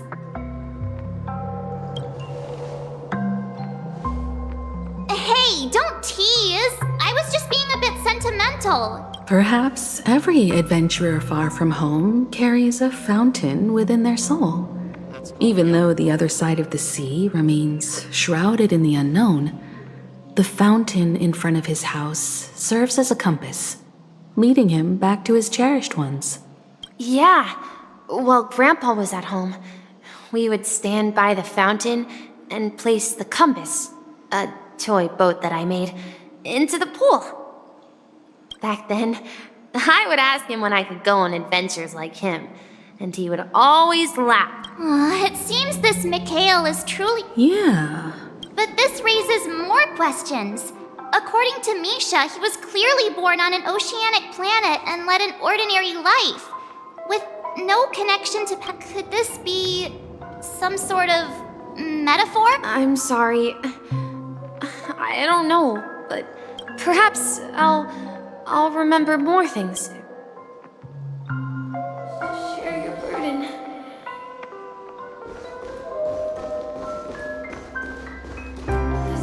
We're going to the opposite side, right? No, we should turn left here. Is it something very important? I wish to share your burden. Huh? Something feels different about this place. This is it. I remember this corridor. Up ahead is Grandpa's study. It was in that... The atmosphere in this... Misha! You finally come! Clocky! You're here! Are those books on the bookshelf logbooks left behind by that seafarer? Yeah. Whenever he came back, he placed a logbook on the bookshelf in his room. They contain records of his expeditions to every corner of the world. He described our world as a fountain. At some point, the sea started to gradually swallow up the land where people lived. That sounds like unconsciousness. To ensure that everyone had land to settle on, he had to continue exploring the sea in search for the source of the rising seawater. This sounds like climate change. On that day, he called me to his study, telling me that he was embarking on another journey. However, I could sense the gravity in his expression. It was the same look I had seen on my father's face before his final voyage. I asked him if I could go with him, but he said that my adventure lay elsewhere and told me to stay home. What sound? He told me about a vast ocean in the sky, an ocean of stars. He spoke of a train that transports children with a desire to venture far away, traversing the sea of stars without ever stopping. His love of the Astral Express. He said that he knew the crew on the train, and that he had asked them to take me along. He said the journey I had always dreamed of would start there. A train? Could it be? It's the Astral Express. I remember now. Grandpa's friends are a group of nameless who came to this world to resolve a disaster caused by a star. Then, he gave his pocket watch to me. It was his cherished treasure, appearing in every one of his adventure tales. He explained that difficult times were ahead, but assured me that the watch would guide me. He said, as long as I kept moving forward, I'd eventually reach my desired destination. And then, it was as if I heard the distant sound of a train whistle, echoing throughout the room. Exactly, Misha! And then we followed that whistle, didn't we? Yeah.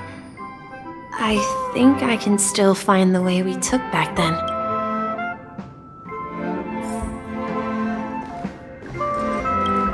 This is the dream jigsaw, right?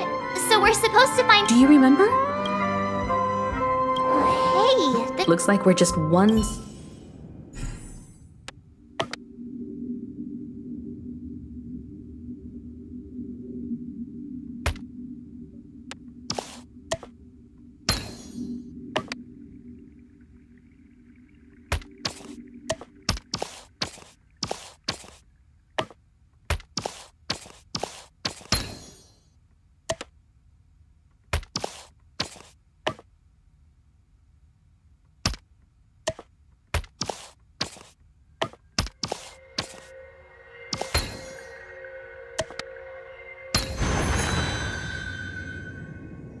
Oh!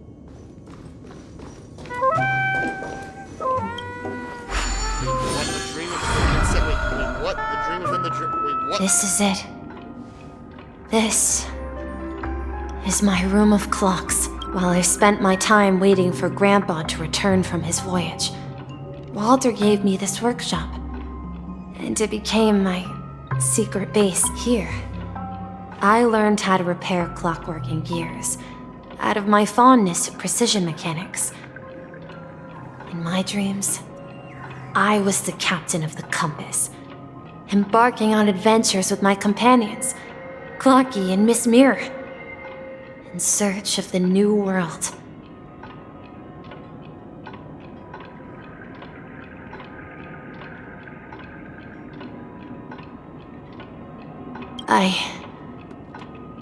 I was born and raised here. So, this building in the dream bubble is your childhood home? Yes, but not exactly.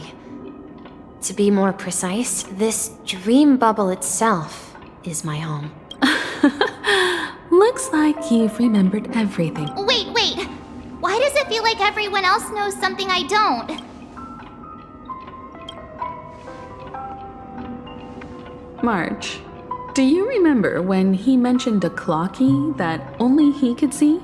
Yeah, the little guy here, right? But we all saw him in Dreamflux Reef, right? And Mr. Yang even greeted him. Looks like everyone on the Astral Express has a childlike spirit. The answer lies in the Astral Express. His experience shows that neither Firefly nor Acheron can see this Clocky. And when we were in Dreamflux Reef, you may have noticed that for some reason, nobody outside of the crew had ever talked with Clocky. A mimetic life that can only be seen by a select few. It's just like a hidden message, left by someone for the nameless. But Misha can see Clocky too, right? They even grew up together. But Misha hasn't started the way of the Trailblaze yet. That's the key to the mystery, March. Now, take a moment to recall. Have you ever seen anyone outside of the crew interact with Misha? Wait. No way! That's the answer, March 7th. This dream bubble is the place where I was born. And I'm a dweller in this dream. Just like a memory zone meme. I should have stayed here and waited for you. But when reality and memories merged, I unconsciously pushed open that door and left the bubble with Clocky. So it's not that the Watchmaker's dream bubble is empty, but rather the stuff inside ran away? Emptiness leads to suchness. And the whistle you heard was the sound of the express arriving at Penacony? That's one way to see it, but I believe there's a longer story behind all this. It's best for Misha himself to explain all the details. How about we start with your name? Thank you all for helping me rediscover my true self.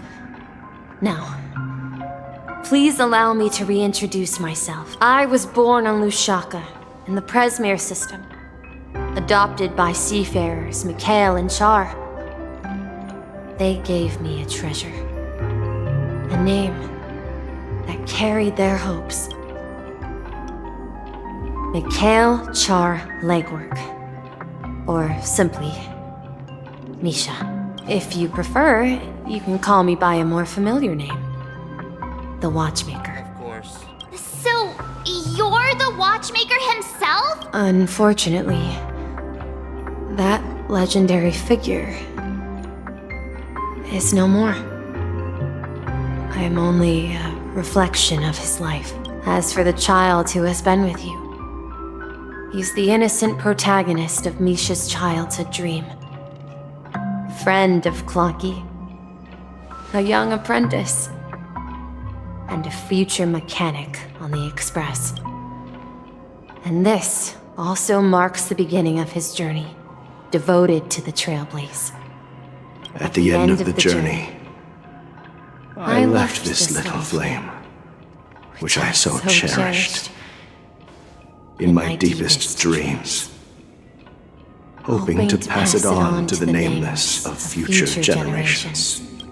However, he somehow left the dream bubble and forgot all about his task. I apologize for all the confusion this caused. Because he was born with a desire to trailblaze, wasn't he? I don't think Misha has forgotten his role as a guide. He remembered it, and that's why he mistakenly appeared as a hotel doorman in his dream from the very beginning. The one who brought our unconscious friend here must have been Misha. If that's the case, we encountered the Watchmaker's legacy from the beginning, didn't we? Well, I have a sarcastic friend who says I always take big detours and end up back where I started. Perhaps that's what every nameless has to go through. But in the end, you found me. I'm sure you're all wondering what my legacy is. I believe my hound has mentioned the Stellaron and my wealth. If I may apologize, the Stellaron part is real. As for my wealth, however, it's nothing more than a baseless rumor. I left my homeland as a child and embarked on the journey of Trailblaze. I traveled to various planets until finally reaching Esdana, where my friends and I built the original Penacony and fought for its future ever since. I've been moving forward all my life, doing what I could to overcome the obstacles in my path. But ultimately, my journey reached its end, and I left behind no possessions worth entrusting. So, if you ask what's left within this worn-out train engine that can be called a legacy, I suppose it's the things that are still burning in the engine's furnace. Now that you're well aware of the current situation of Penacony, I certainly hope that you'll help me get this world back on track. But I'll leave that decision to you, for the path of Trailblaze is never paved by others. All I have for you is a story and 2 gifts. I want to give you my pocket watch. It has accompanied me throughout my long journey, guiding that naive child forward, and has been blessed with the presence of so many great people up to this day. And my hat, too. The one who navigated for me placed it on my head and planted a fanciful thought in my mind. The trailblazing expedition will never end now. It's time for you to make your choice. Once you've made up your mind, open that door and enter the long dream of an old man. I'll be waiting for you at the end of this corridor of time. All right, everyone. Let's make... Although I don't think anyone will have any objection.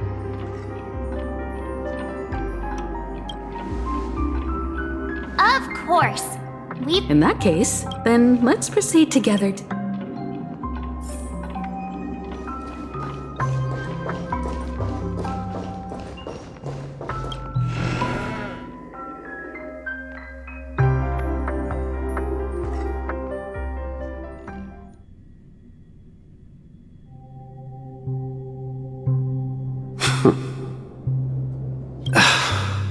Mikhail, where are you going? Someone has to step up and save Lushaka. So why can't it be me, Misha? Please don't go. And if you must, please take me with you. Don't leave me alone. Even without me, you know how to proceed forward, brave Captain Misha. The compass is waiting for you. Haven't you always wanted to be a better adventurer than me?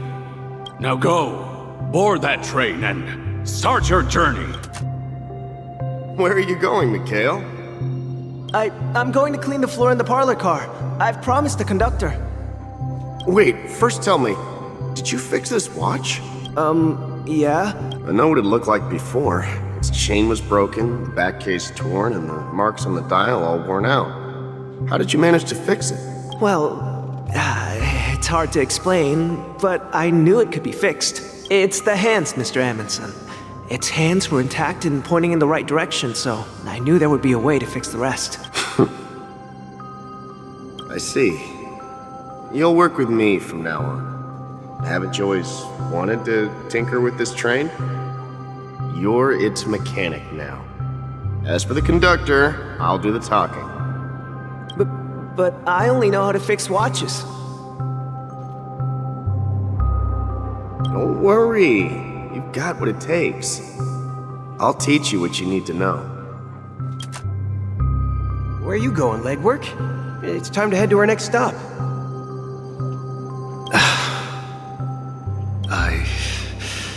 I'm staying in Astana with Rosalina and Tiernan. Rosalina. I see. This place reminds you of home. The people of Astana have only achieved a tiny victory and still have a long way to go towards true freedom. Hanunu needs us. Don't worry, not all journeys lead to the stars.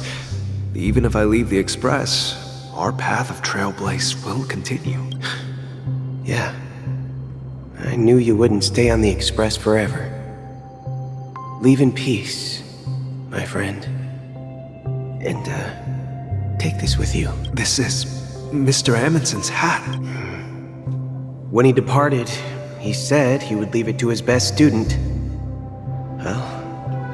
suppose the time has come. Farewell, legwork. Take care of Tiernan and Rosalina. And don't forget to write to us. Where are you going, Watchmaker? Don't worry, Micah. Just going on a little trip.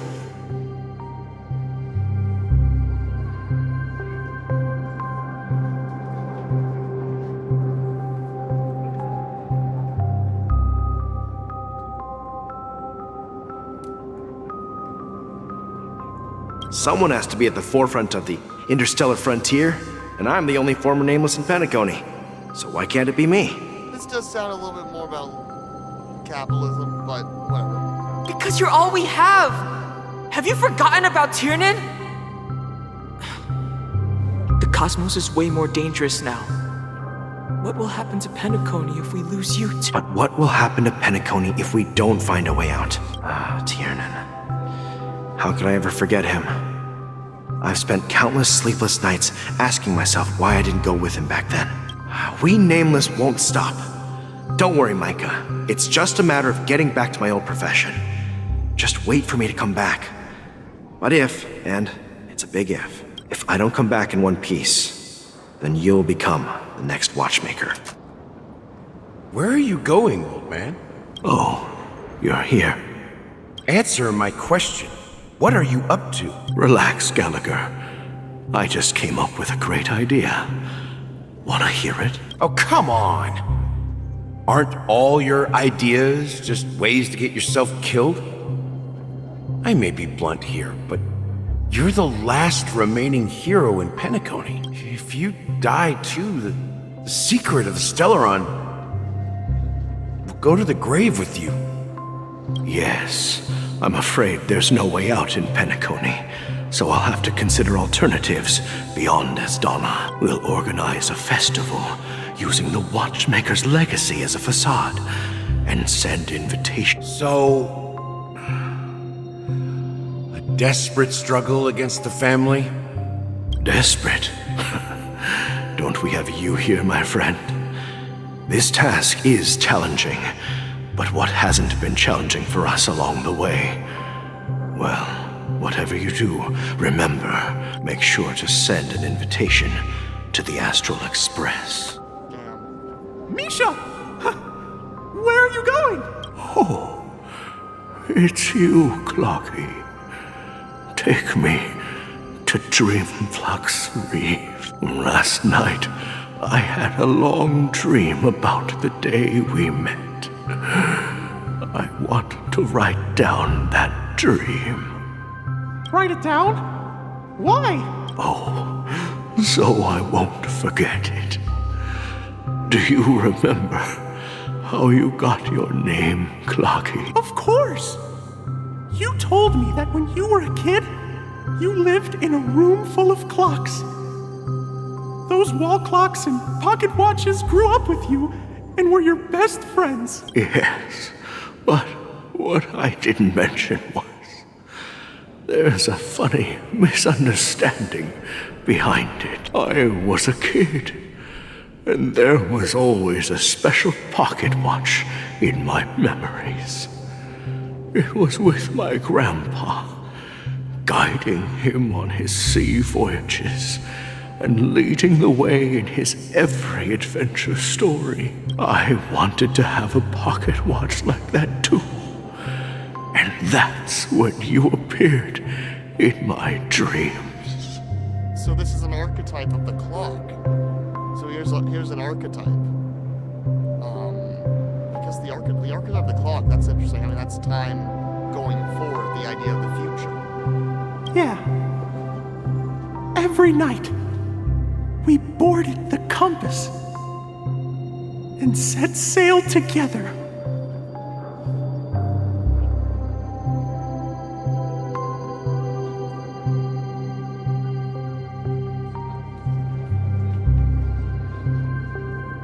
It is like if Walt Disney was talking to Mickey Mouse. But you know what? It wasn't until the day my grandpa gave it to me that I realized it wasn't a pocket watch at all. It was A compass. So, your name should have been Compassy. And that sounds dumb, so Clocky sounds... And the watchmaker is just a nameless. We've arrived at Dreamflux Reef. So, where to next?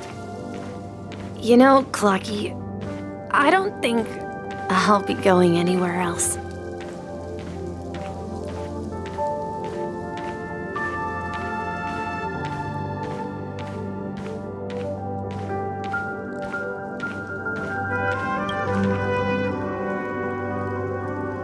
I've traveled far enough, and it's time for a little break. Oh. So, we'll set out again. When you're rested? No, I'll stay here.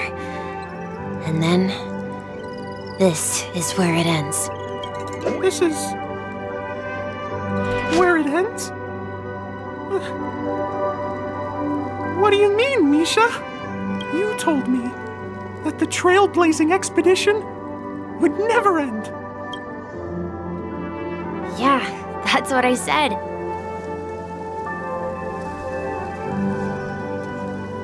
So now, it's up to you to decide your next destination. My next destination? What's that supposed to be? This is now turning into the end of the Barbie movie. I've been following you! This is the end of the Barbie movie. When? Oh god, no. Misha? You're acting weird today. This really is down, Barbenheimer. Oh no! This is Barbenheimer. Do what we usually do. No, I'm not feeling down. As for clockwork, yeah, it resolves all problems in this dream. So, do you know what clockwork actually is? I'm not quite sure. Well, everyone gets lost at times. They may hesitate and doubt which way to go. That happens in this dreamscape and beyond. But don't worry. Everyone goes through moments of uncertainty and hesitation. Eventually, they gather the courage to make bold decisions. Whether it's calming, joyful, angry, or sad. All they need is a little nudge to take that step toward where they truly belong. I'm leaving that little nudge with you, and I hope you'll share it with others. Such is the essence of clockwork, the will of the trailblaze. Wait. What was you said? No, I'm not feeling that everyone goes through moments of uncertainty, and eventually they will get the courage to make bold decisions, whether it's calming. Okay, so yeah, that's Clocky's emotion meter. How is a clock a little nut? Okay. A clock as a nudge. I mean, the clock. I mean, it sounds like an alarm, more like just a clock. And yeah, I guess everyone does need an alarm. Everyone needs to be woken up. Wake to weep. To rings the fool rings twice. That's the name of the mission. The fool rings twice, or it's called our time on this earth. To accept time, to accept that time must exist in this world. To accept, yeah.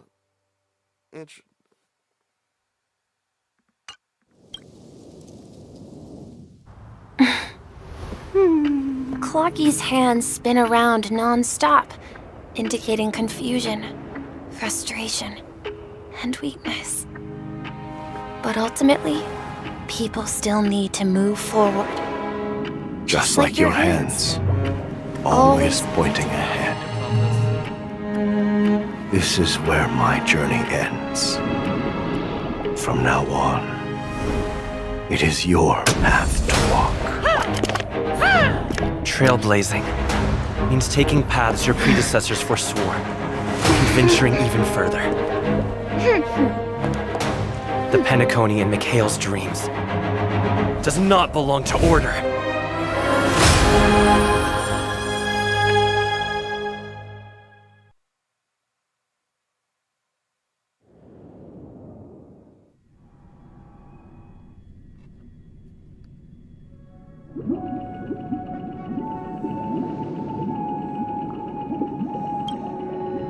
I can't believe that Eon would cast a glance at Penacony at a time like this.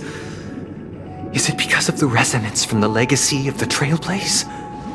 Or perhaps the bond between you is so strong that it even impresses an Eon? Well, there might be another possibility. Perhaps they want to witness, on behalf of the fallen Eons, who will hold the future of Penacony. If that's the case, on behalf of the Dream Master of Penacony and the 107,336 members of the Oak family, I'm extending a formal invitation to all of you.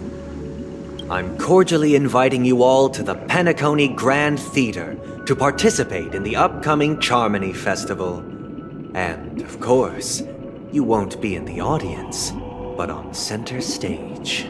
Since the future of the Stellaron, Penacony, and even the entire cosmos is at stake, let's draw a conclusion there, in all fairness. If you truly believe in Akavili's path, then show me their courage and determination. He's still polite about it, which, yeah, makes him, like, Mr. M.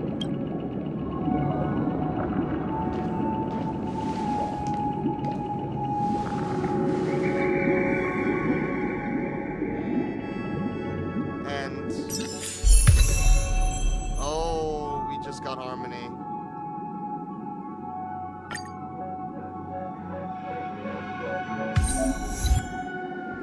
But no, I don't know if you think I need to switch.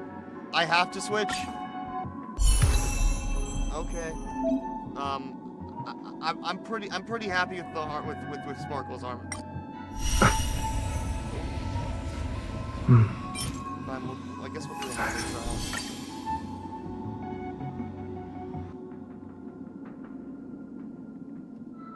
Sure.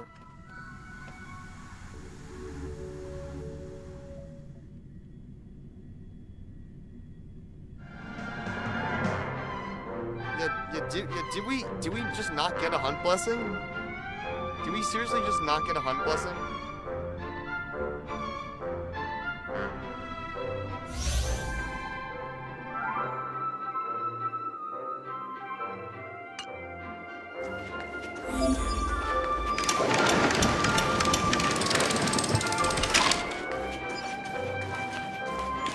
Please stay tuned. We need a strategy.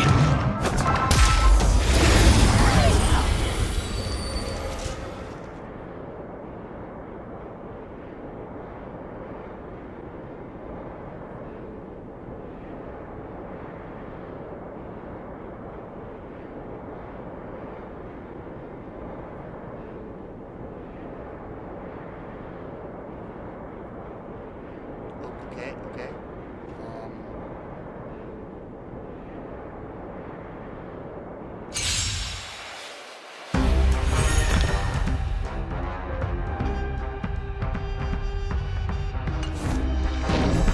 Time to test our rapport. Dreams do come true. Commencing support.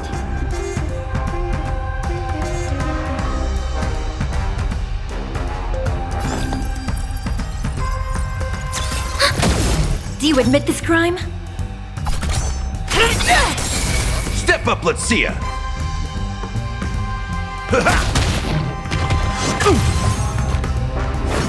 You can't with me.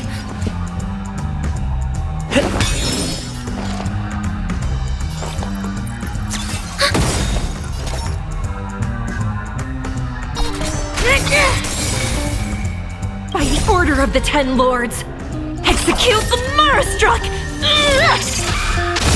No one misses the Marastruck. The mood is set just right. Let the show begin!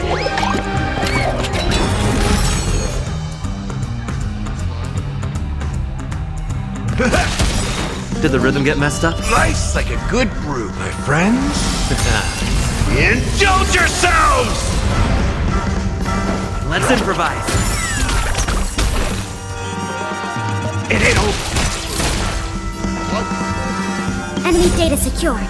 Net markers activated. Time for a good old counterattack. What? Ready for another? Dreams do come true.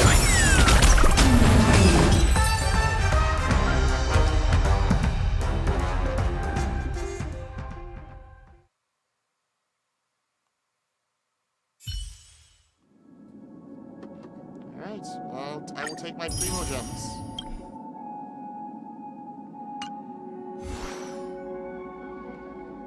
I'm gonna still switch back to preservation. Well,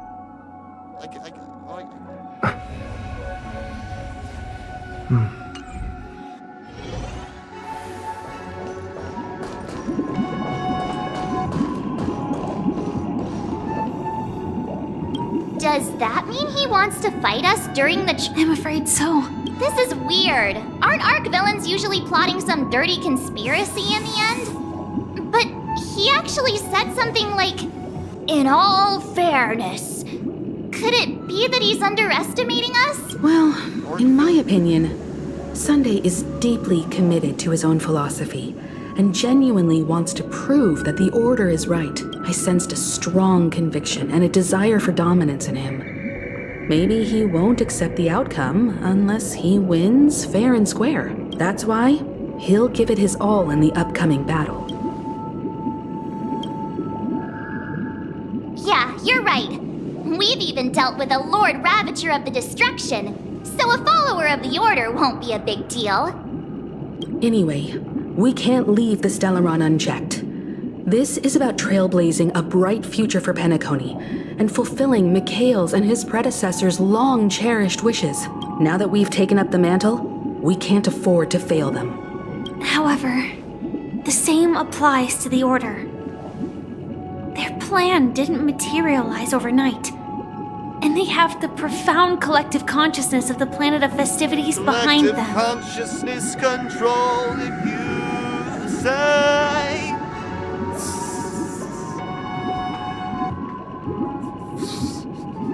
The unenlightened masses, they cannot make the judgment call. Give up free will forever, your voices won't be heard at all.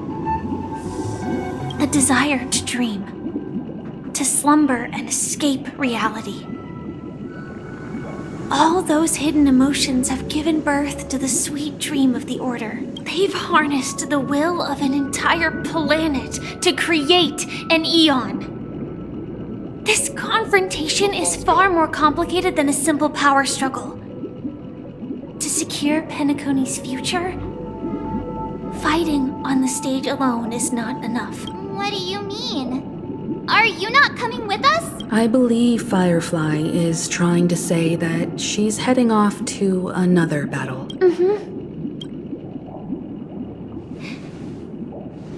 Before I left, the Destiny Slave told me that this journey would bring unforgettable rewards. Even though the script he gave me only had a few lines, I couldn't ignore them, because one of the lines said, "I'll experience death 3 times in the land of the dreams." 3 times? This can't be serious, right? The first time was a painful death when I was stabbed by the Blade of Dormancy, which led to all subsequent events. The script will always come true, but in a way that will only be revealed when that page is turned. So now I've understood the meaning of my second death. And I am prepared to face it. If all goes well, my efforts will provide crucial support for you. Only by achieving victory in this battle can we secure a future for Penacony. And only then, my third and final death won't come true in the most terrible form. The most terrible form? Does that mean... The true death. Where everyone in Penacony loses themselves completely in the eternal sweet dream of the Order. We must do everything we can to prevent that. Have you made up your mind, Firefly? Yes. Otherwise, I wouldn't be here. Thank you again for your assistance for the Astral Express. May we meet again, in reality. Yeah. Farewell, everyone. May your trailblazing expedition never end.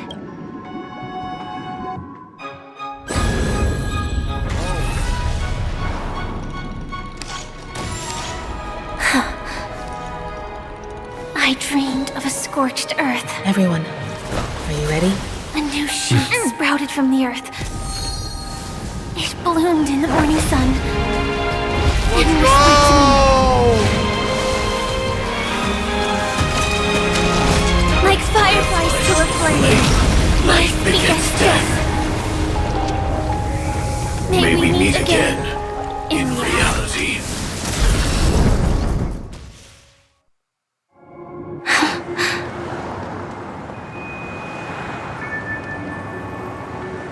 After today, Japella's name will disappear from cosmic history, and the Everflame Mansion will take its place. In the not-too-distant future, you'll receive an invitation. That's your next stop. Land of the dreams. Penacony. I hope you find whatever you seek there. Be it answers or salvation. You mean my 3 deaths? Silverwolf told me about it. It's such a shame that it's not part of my script. Well, I want to live. I'm never afraid of death. The opposite of death is eternal life, and that's something I'll never desire. People die, and I am no exception. Death is like a script, a fate that cannot be defied. But that's exactly why we have to choose where we want to rest forever. Do you exist just to perish? Are you not the same, Blade? The end you desire is not one dictated by others. Die on your own terms. That's the end that was brought up with the end of the game, basically. The end of adventuring it matters what the meaning of death is for yourself. If I were to die now, I would only be a weapon. I believe I should die as a human, though its definition escapes me. Isn't this the answer that ordinary people look for their whole lives? A name that can be carved onto their tombstone. The tombstone that belongs to me once bore the inscription, Glamoth's Iron Cavalry. Then it changed to Stellaron Hunter. But one day, it will bear the name Firefly. And all the brilliance she showed at the end of her life.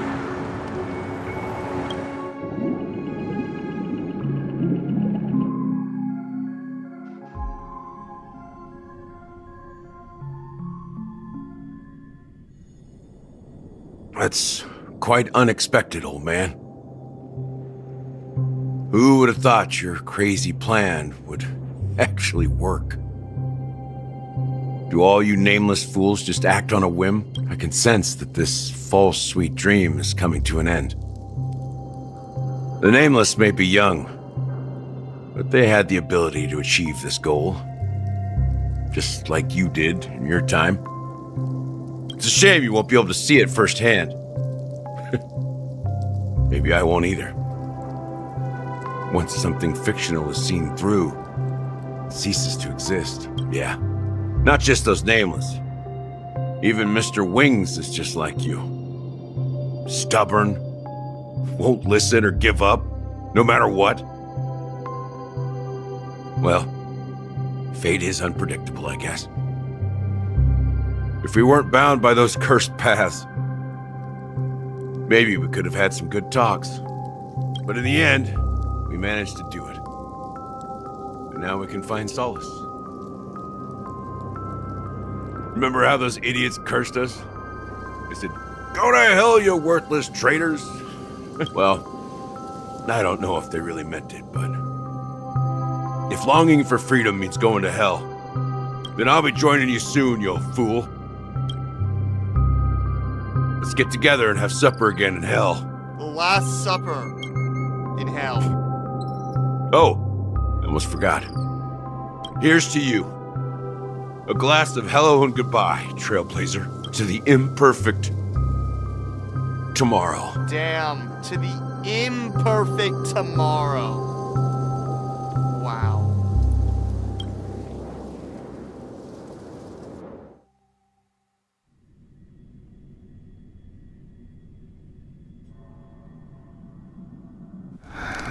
It's warm here, isn't it? You're lucky to have found shelter from the rain, let alone fresh berries in this desolate place. I was just following the scent of life. It's particularly strong in a place like this. It's a shame these berries don't have much flavor. Seriously? In case you didn't know, this fruit is pretty juicy. The only downside is that when you chew it, it becomes extremely spicy.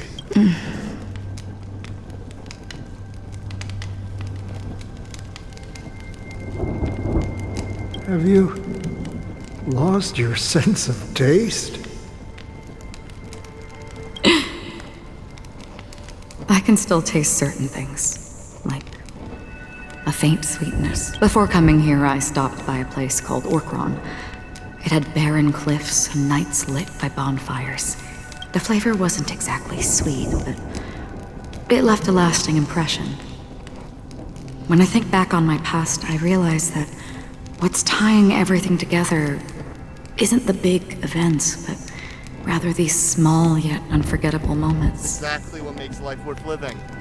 Don't worry about it. Losing oneself is a reality that every self-annihilator must face.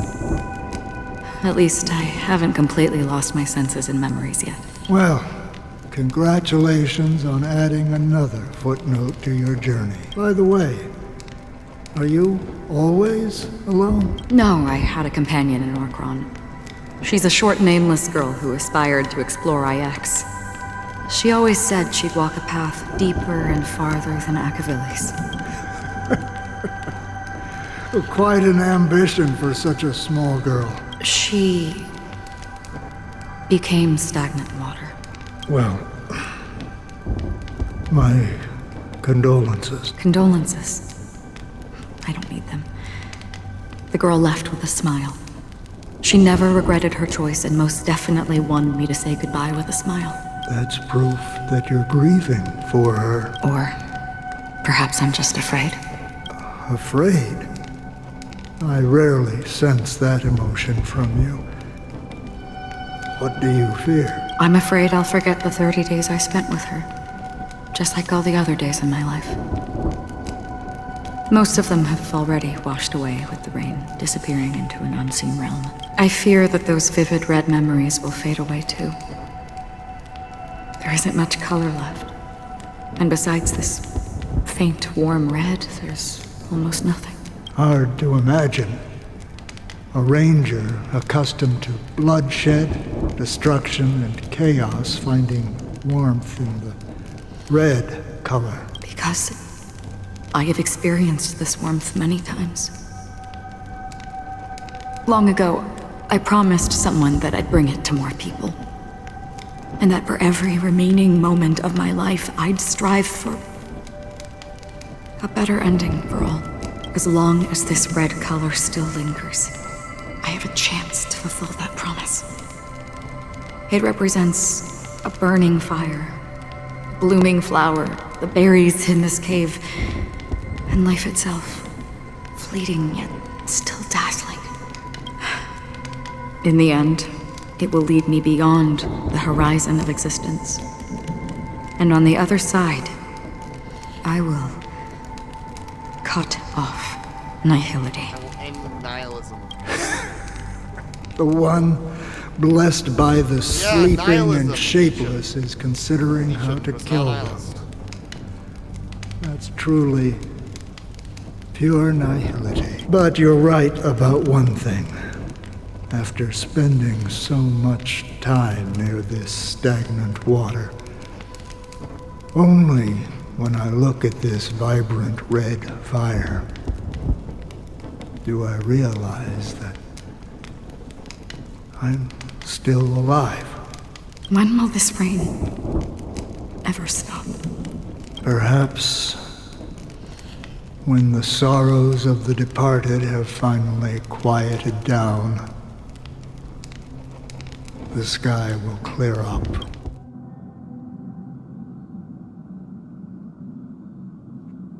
Have you heard of a planet named Biari Scamandros, Don Hung? It's one of the Paradise Kingdoms under the influence of the Harmony.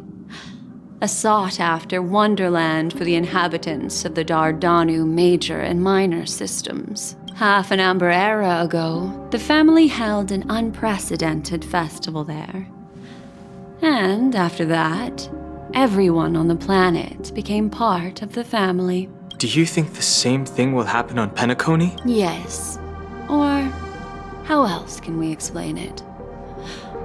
The family deliberately used the Watchmaker's invitation to keep all the Pathstriders here, but banished the emanator of the Nihility. Because of the Nihility, I'm rarely affected by the power of other paths, but somehow I can unconsciously infiltrate them. Maybe that's the risk they're trying to avoid. I would disagree. Biari Scamandros is not part of the credit system or connected to the Silver Rail. It's nothing more than a remote civilization sheltered by the Harmony. But Penacony is different. If the family messes with Penacony, that would be like declaring war on almost half of the factions in the cosmos. They have no reason to do that. No, they don't. If they truly serve the Harmony, that is. What do you mean? The path in Penacony is impure. The Harmony here has impurities. Do you remember the Ancient Swarm disaster? Tazeront, the propagation, brought endless havoc to the universe, and it eventually evolved into a fierce battle among all eons. Two paths lost their eons in that war, the propagation and the order. Coincidentally, their downfall is related to a certain eon. Sleepie, the Harmony. Legend has it that they participated in the crusade against the Imperator Insectorum and devoured Anna the Order for unknown reasons. Holy forgaroni. So you're saying that the two leaderless paths are working behind the scenes? But I don't see any descendants of the propagation in Penacony. Could it be that the remnants of Beyond the Sky Choir are hiding within the family, trying to resurrect a fallen eon? He's certainly alive now. I can't say for sure, but they're definitely planning something for the Charmony Festival. Boo, this is getting way too complicated. Is this why you want us to leave Astana right away? Are you giving up? The Charmony Festival will start soon. There's one thing that I need to confirm no matter what. A warp jump is the best way to do so. Time is running out. I have another plan.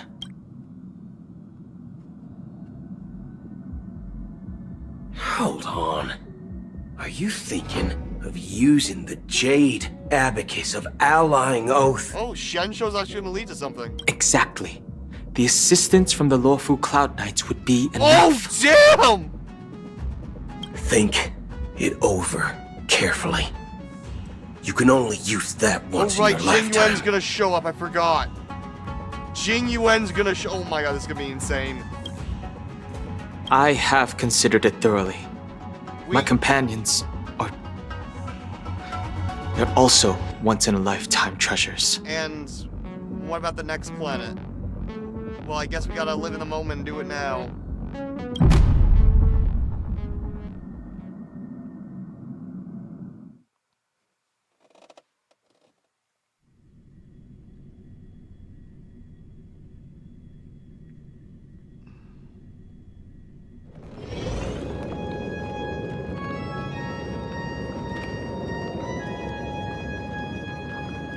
Are you the only one here, my child?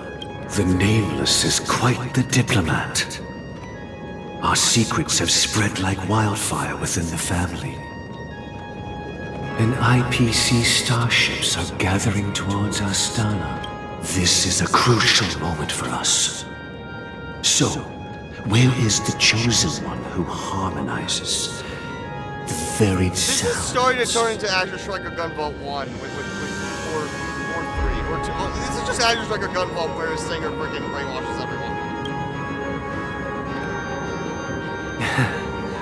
What do you mean, Master? I'm right here in front of you, aren't I? You know, she was supposed to be the star of the Charmony Festival in our plan. But the plan has changed. As her brother, I know she doesn't want to sing for the Order. So I'll take her place. And now sing like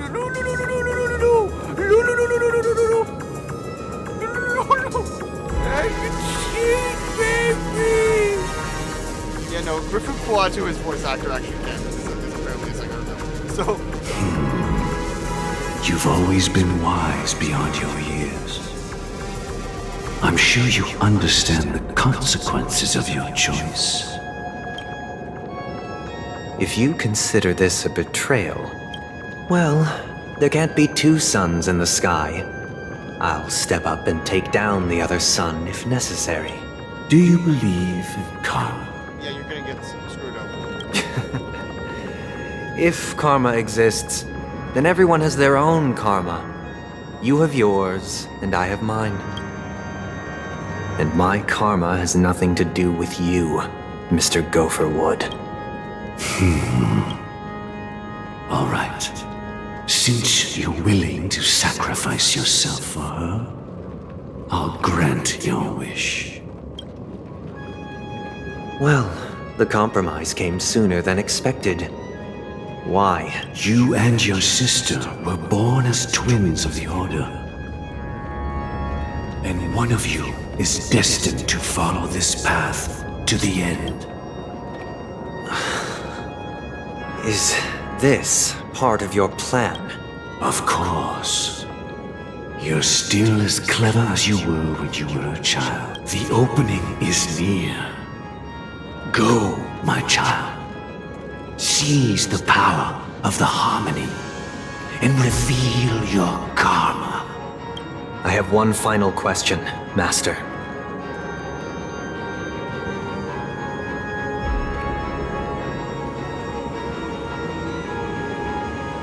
Why did you choose to bring the Order to Penacony? Wouldn't it have been better to choose a desperate world instead of a city filled with hope and dreams?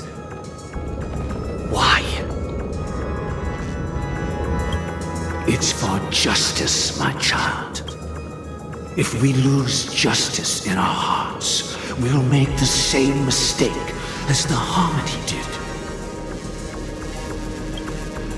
So, it's not you who manipulates the dreamscape with the Stellaron, but... Well, that's where our conversation ends. Go ahead. The 107,336 souls of the Oak family have dreamed of this moment too many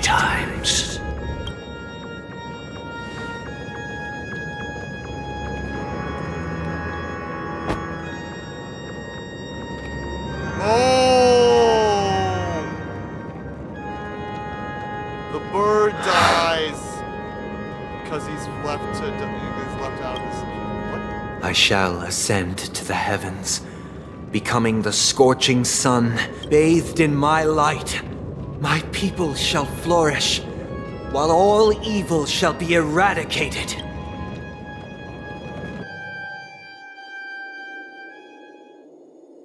This is the interior of the Penacony Grand Theater. It's quite exhilarating to be flushed into the air by Soulglad. But why is the venue still closed when the Charmony Festival is about to start? And not only that, the entire theater is eerily quiet. No audience, no staff, no one around.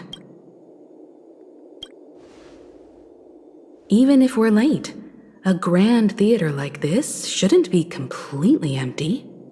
Let's explore around.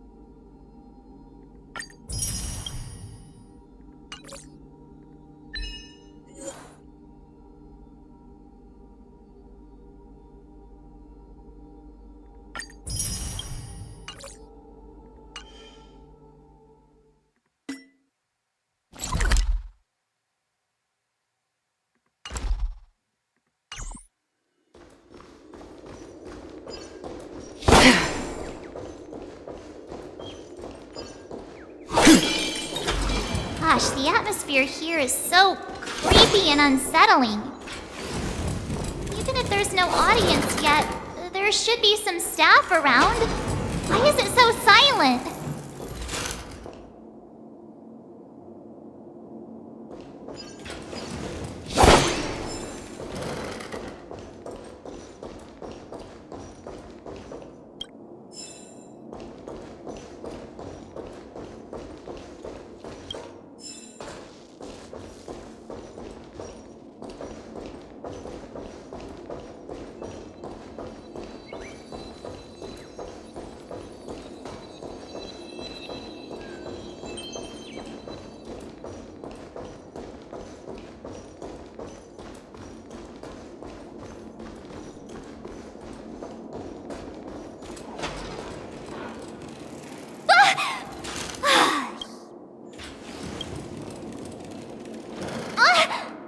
Are these puppets part of the Something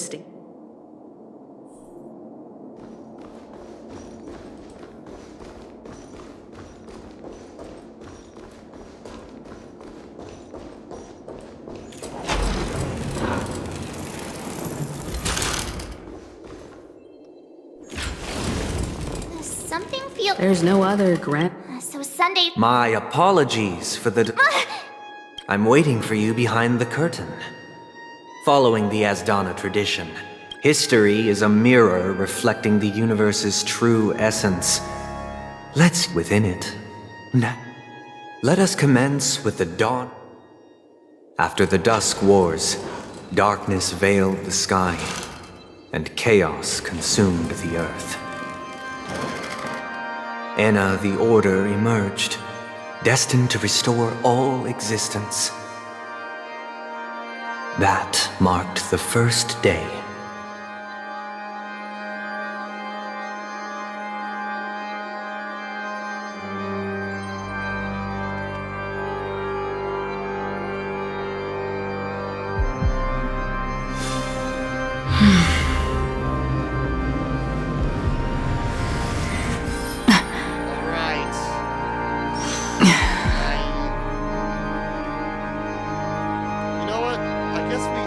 No, I don't know about the no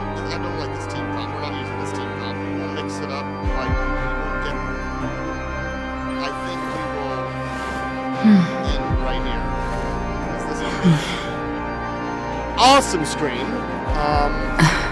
I need some sleep. I was like a corpse like a few hours ago before starting this, so the fact that I've gone through this is insane.